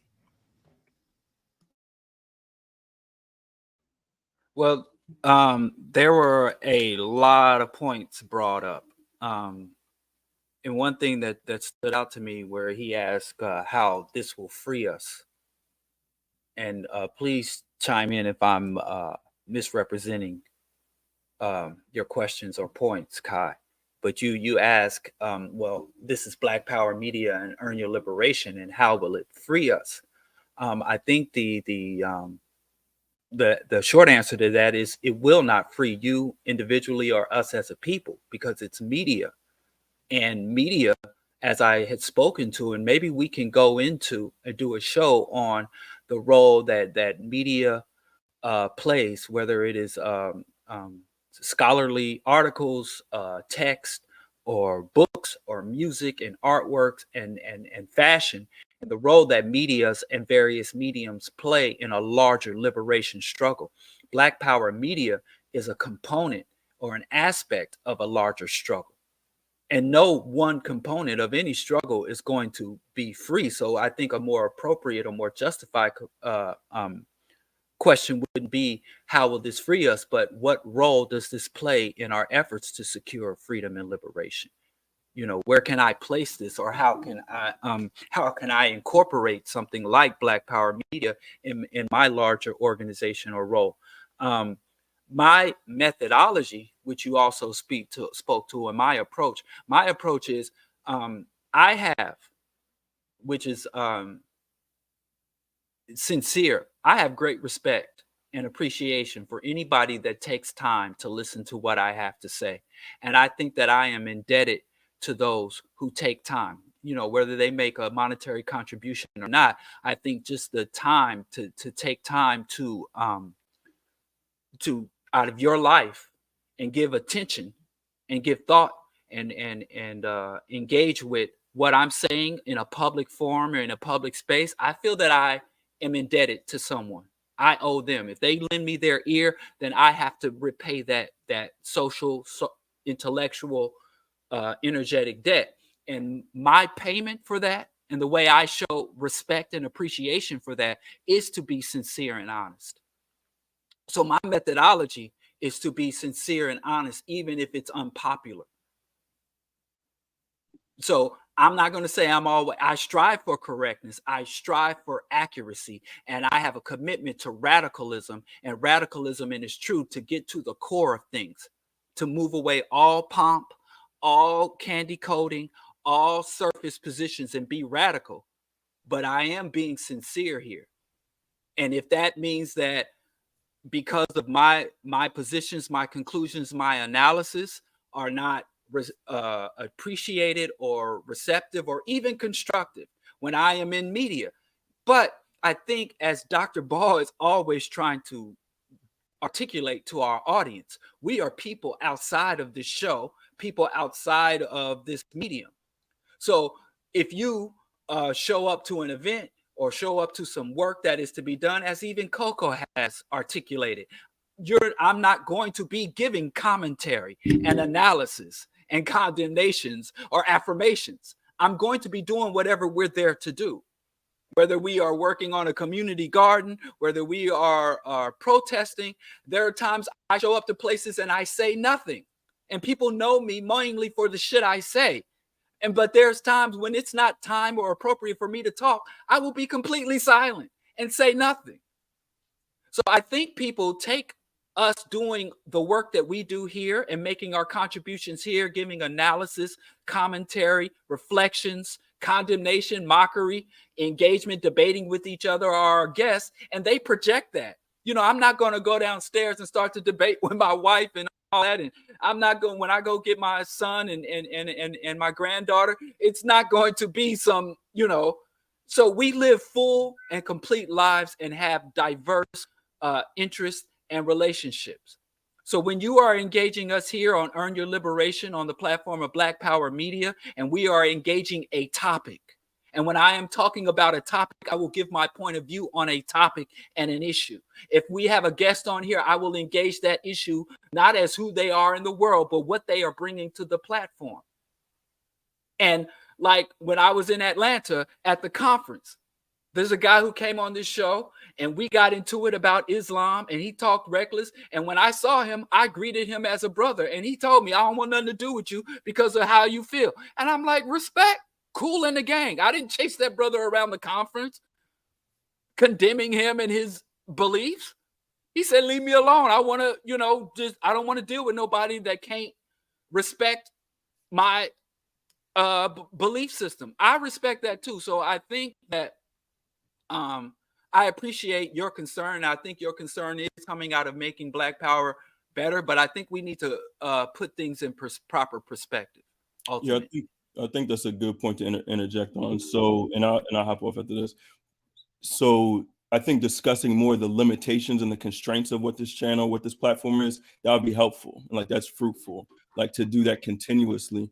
Diallo, from the point that you're talking about of how you engage people offline, this particular, if you're talking about how you engage within a channel that's media or focus and how that approach is, there are going to be times as discussed where that's seen that in that approach is disrespectful. To have the amount, my concern, of followers and people watching and engaging this, particularly again, going back to the label of Black Power Media and Earn Your Liberation, I think that just gets into a dicey territory to be in, to be under that cloak and under that naming, without also naming the limits or the constraints of what this channel is not. So Diallo, to the point that you said of this is just media, and this is just people on a platform who have lives outside of this, that's helpful. And that is not something that people don't know already either. But it's also important, I think, to separate or to discuss when you're actively, and actually this is a straightforward question. Diallo, are you in an organization? And I'm genuinely curious because I don't know. Yes. Okay. Is there a way to build with that? How do people tap in with that? Well, it's regional. Okay. I'm sorry, my phone keeps ringing. Yeah, how do people tap we're in? a little over time and my phone's starting to blow up. You can tap in. It's African World Coalition, AWC. You can just text me or contact me across the socials and I can plug you in with that. I'm also working with other organizations that I'm not really that from Nebraska to Nigeria, but due to the role that I play within those organizations, yes, I am. But if you want to know kind of like where it's a good place to start to find, Ecologic Outreach is also another organization that deals with promoting ecology, because I think ecology is probably the most important issue, outweighing every other issue.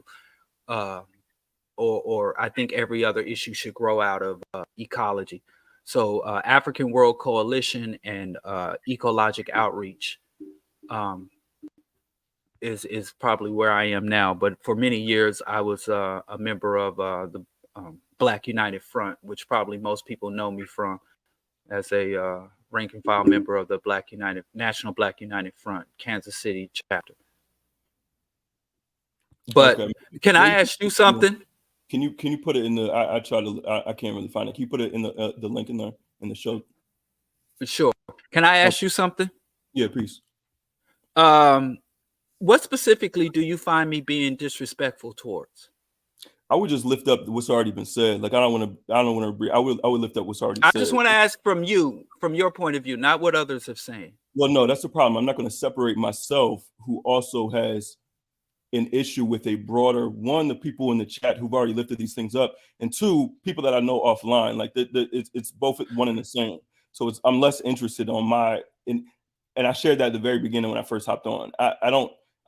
I didn't come on here because I have an individual grievance with you. I'm not interested in that. I don't know you. Fine. Well, from the broader perspective, then what is the street saying I'm disrespectful of? It's not the streets. Words are important. It's not the streets. I understand what you're saying, but let's get specific. These things have been raised already, and I'm not interested in. Can you name them just now, or you're not even going to say what it is just now? There's been 3. Again, I'm not interested in this, bro, because there's been 3 instances at least that's already been listed in the chat. I'm not the one that you want to get back and forth into that with. I'm not trying to get it back and forth. I'm just trying to get clarity. You mentioned disrespect several times, but you never said specifically what I am disrespecting, or who I am, or you just called me disrespectful. So I think it is a legitimate response if someone calls you disrespectful. I said in that the reason why the super chat, and the only reason I'm on here, because the question was prompted for me to come on here. I have no interest in stuff like this. I have no interest. I give power to y'all because I have no interest in this stuff. This is not my lane. It's not my interest. Somebody asked and put the link in here. Do you want to be in the chat? So I did, because that is my type of approach. Somebody asked something, I'm going to respond to it in that particular way. But what you're asking, Diallo, and the reason why I'm saying I'm not going to get back and forth, because I am not interested in knowing you well enough already in this channel or this media, this way that you will go about your approach. I am not that one. Right. So there are other people you can invite for that. I'm not that one. If you want to figure out what that disagreement, disrespect, you could do that labor. Right. You could read. Reading's fundamental. We use that clip all the time. You don't read, beloved. We could get into that. That's in there. And if you're asking me if I am in agreement with those things, then just lift up those things that have already been said. Like they've already been said. There's no reason for that. They've already been said. Today at a minimum. Do you care to share what's already been said for those who might have not been following the chat? I think what he's asking, Diallo, if it's been shared so much, could you even mention what you've heard? He didn't ask me anything. No, listen to what I'm saying. People have said it over and over and over again. What have they said over and over again? That's the what point. have they said? But I think that's the point. If you can't even articulate what they said, then maybe you just I didn't say that I couldn't articulate. I'm just. But that's what he's asking you. A question that I think is a pretty innocuous question. I don't. But I think that's so what he's asking. good people. Just for the sake, everybody's saying the word disrespect. Disrespect. It's about respect. Disrespect. All I did was say, okay, what specifically or who specifically am I disrespecting? And I do have an idea. I do have my position and views, but I think for as many people coming to engage to talk and tell me things, I think that's a pretty base question. I mean, what so it's pretty curious to me. I don't know. Just for the sake of time, and since I both have to go and now want to go, I think I've been thinking about this the last couple of minutes. I think I'm feeling a kind of way about having a show that we put some effort into creating being turned into a community comment criticism. So what I would rather do is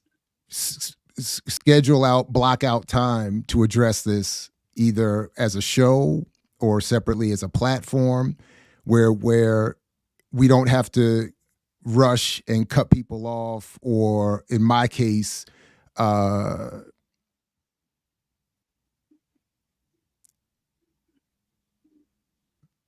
feel a kind of way. So I want to let these criticisms marinate.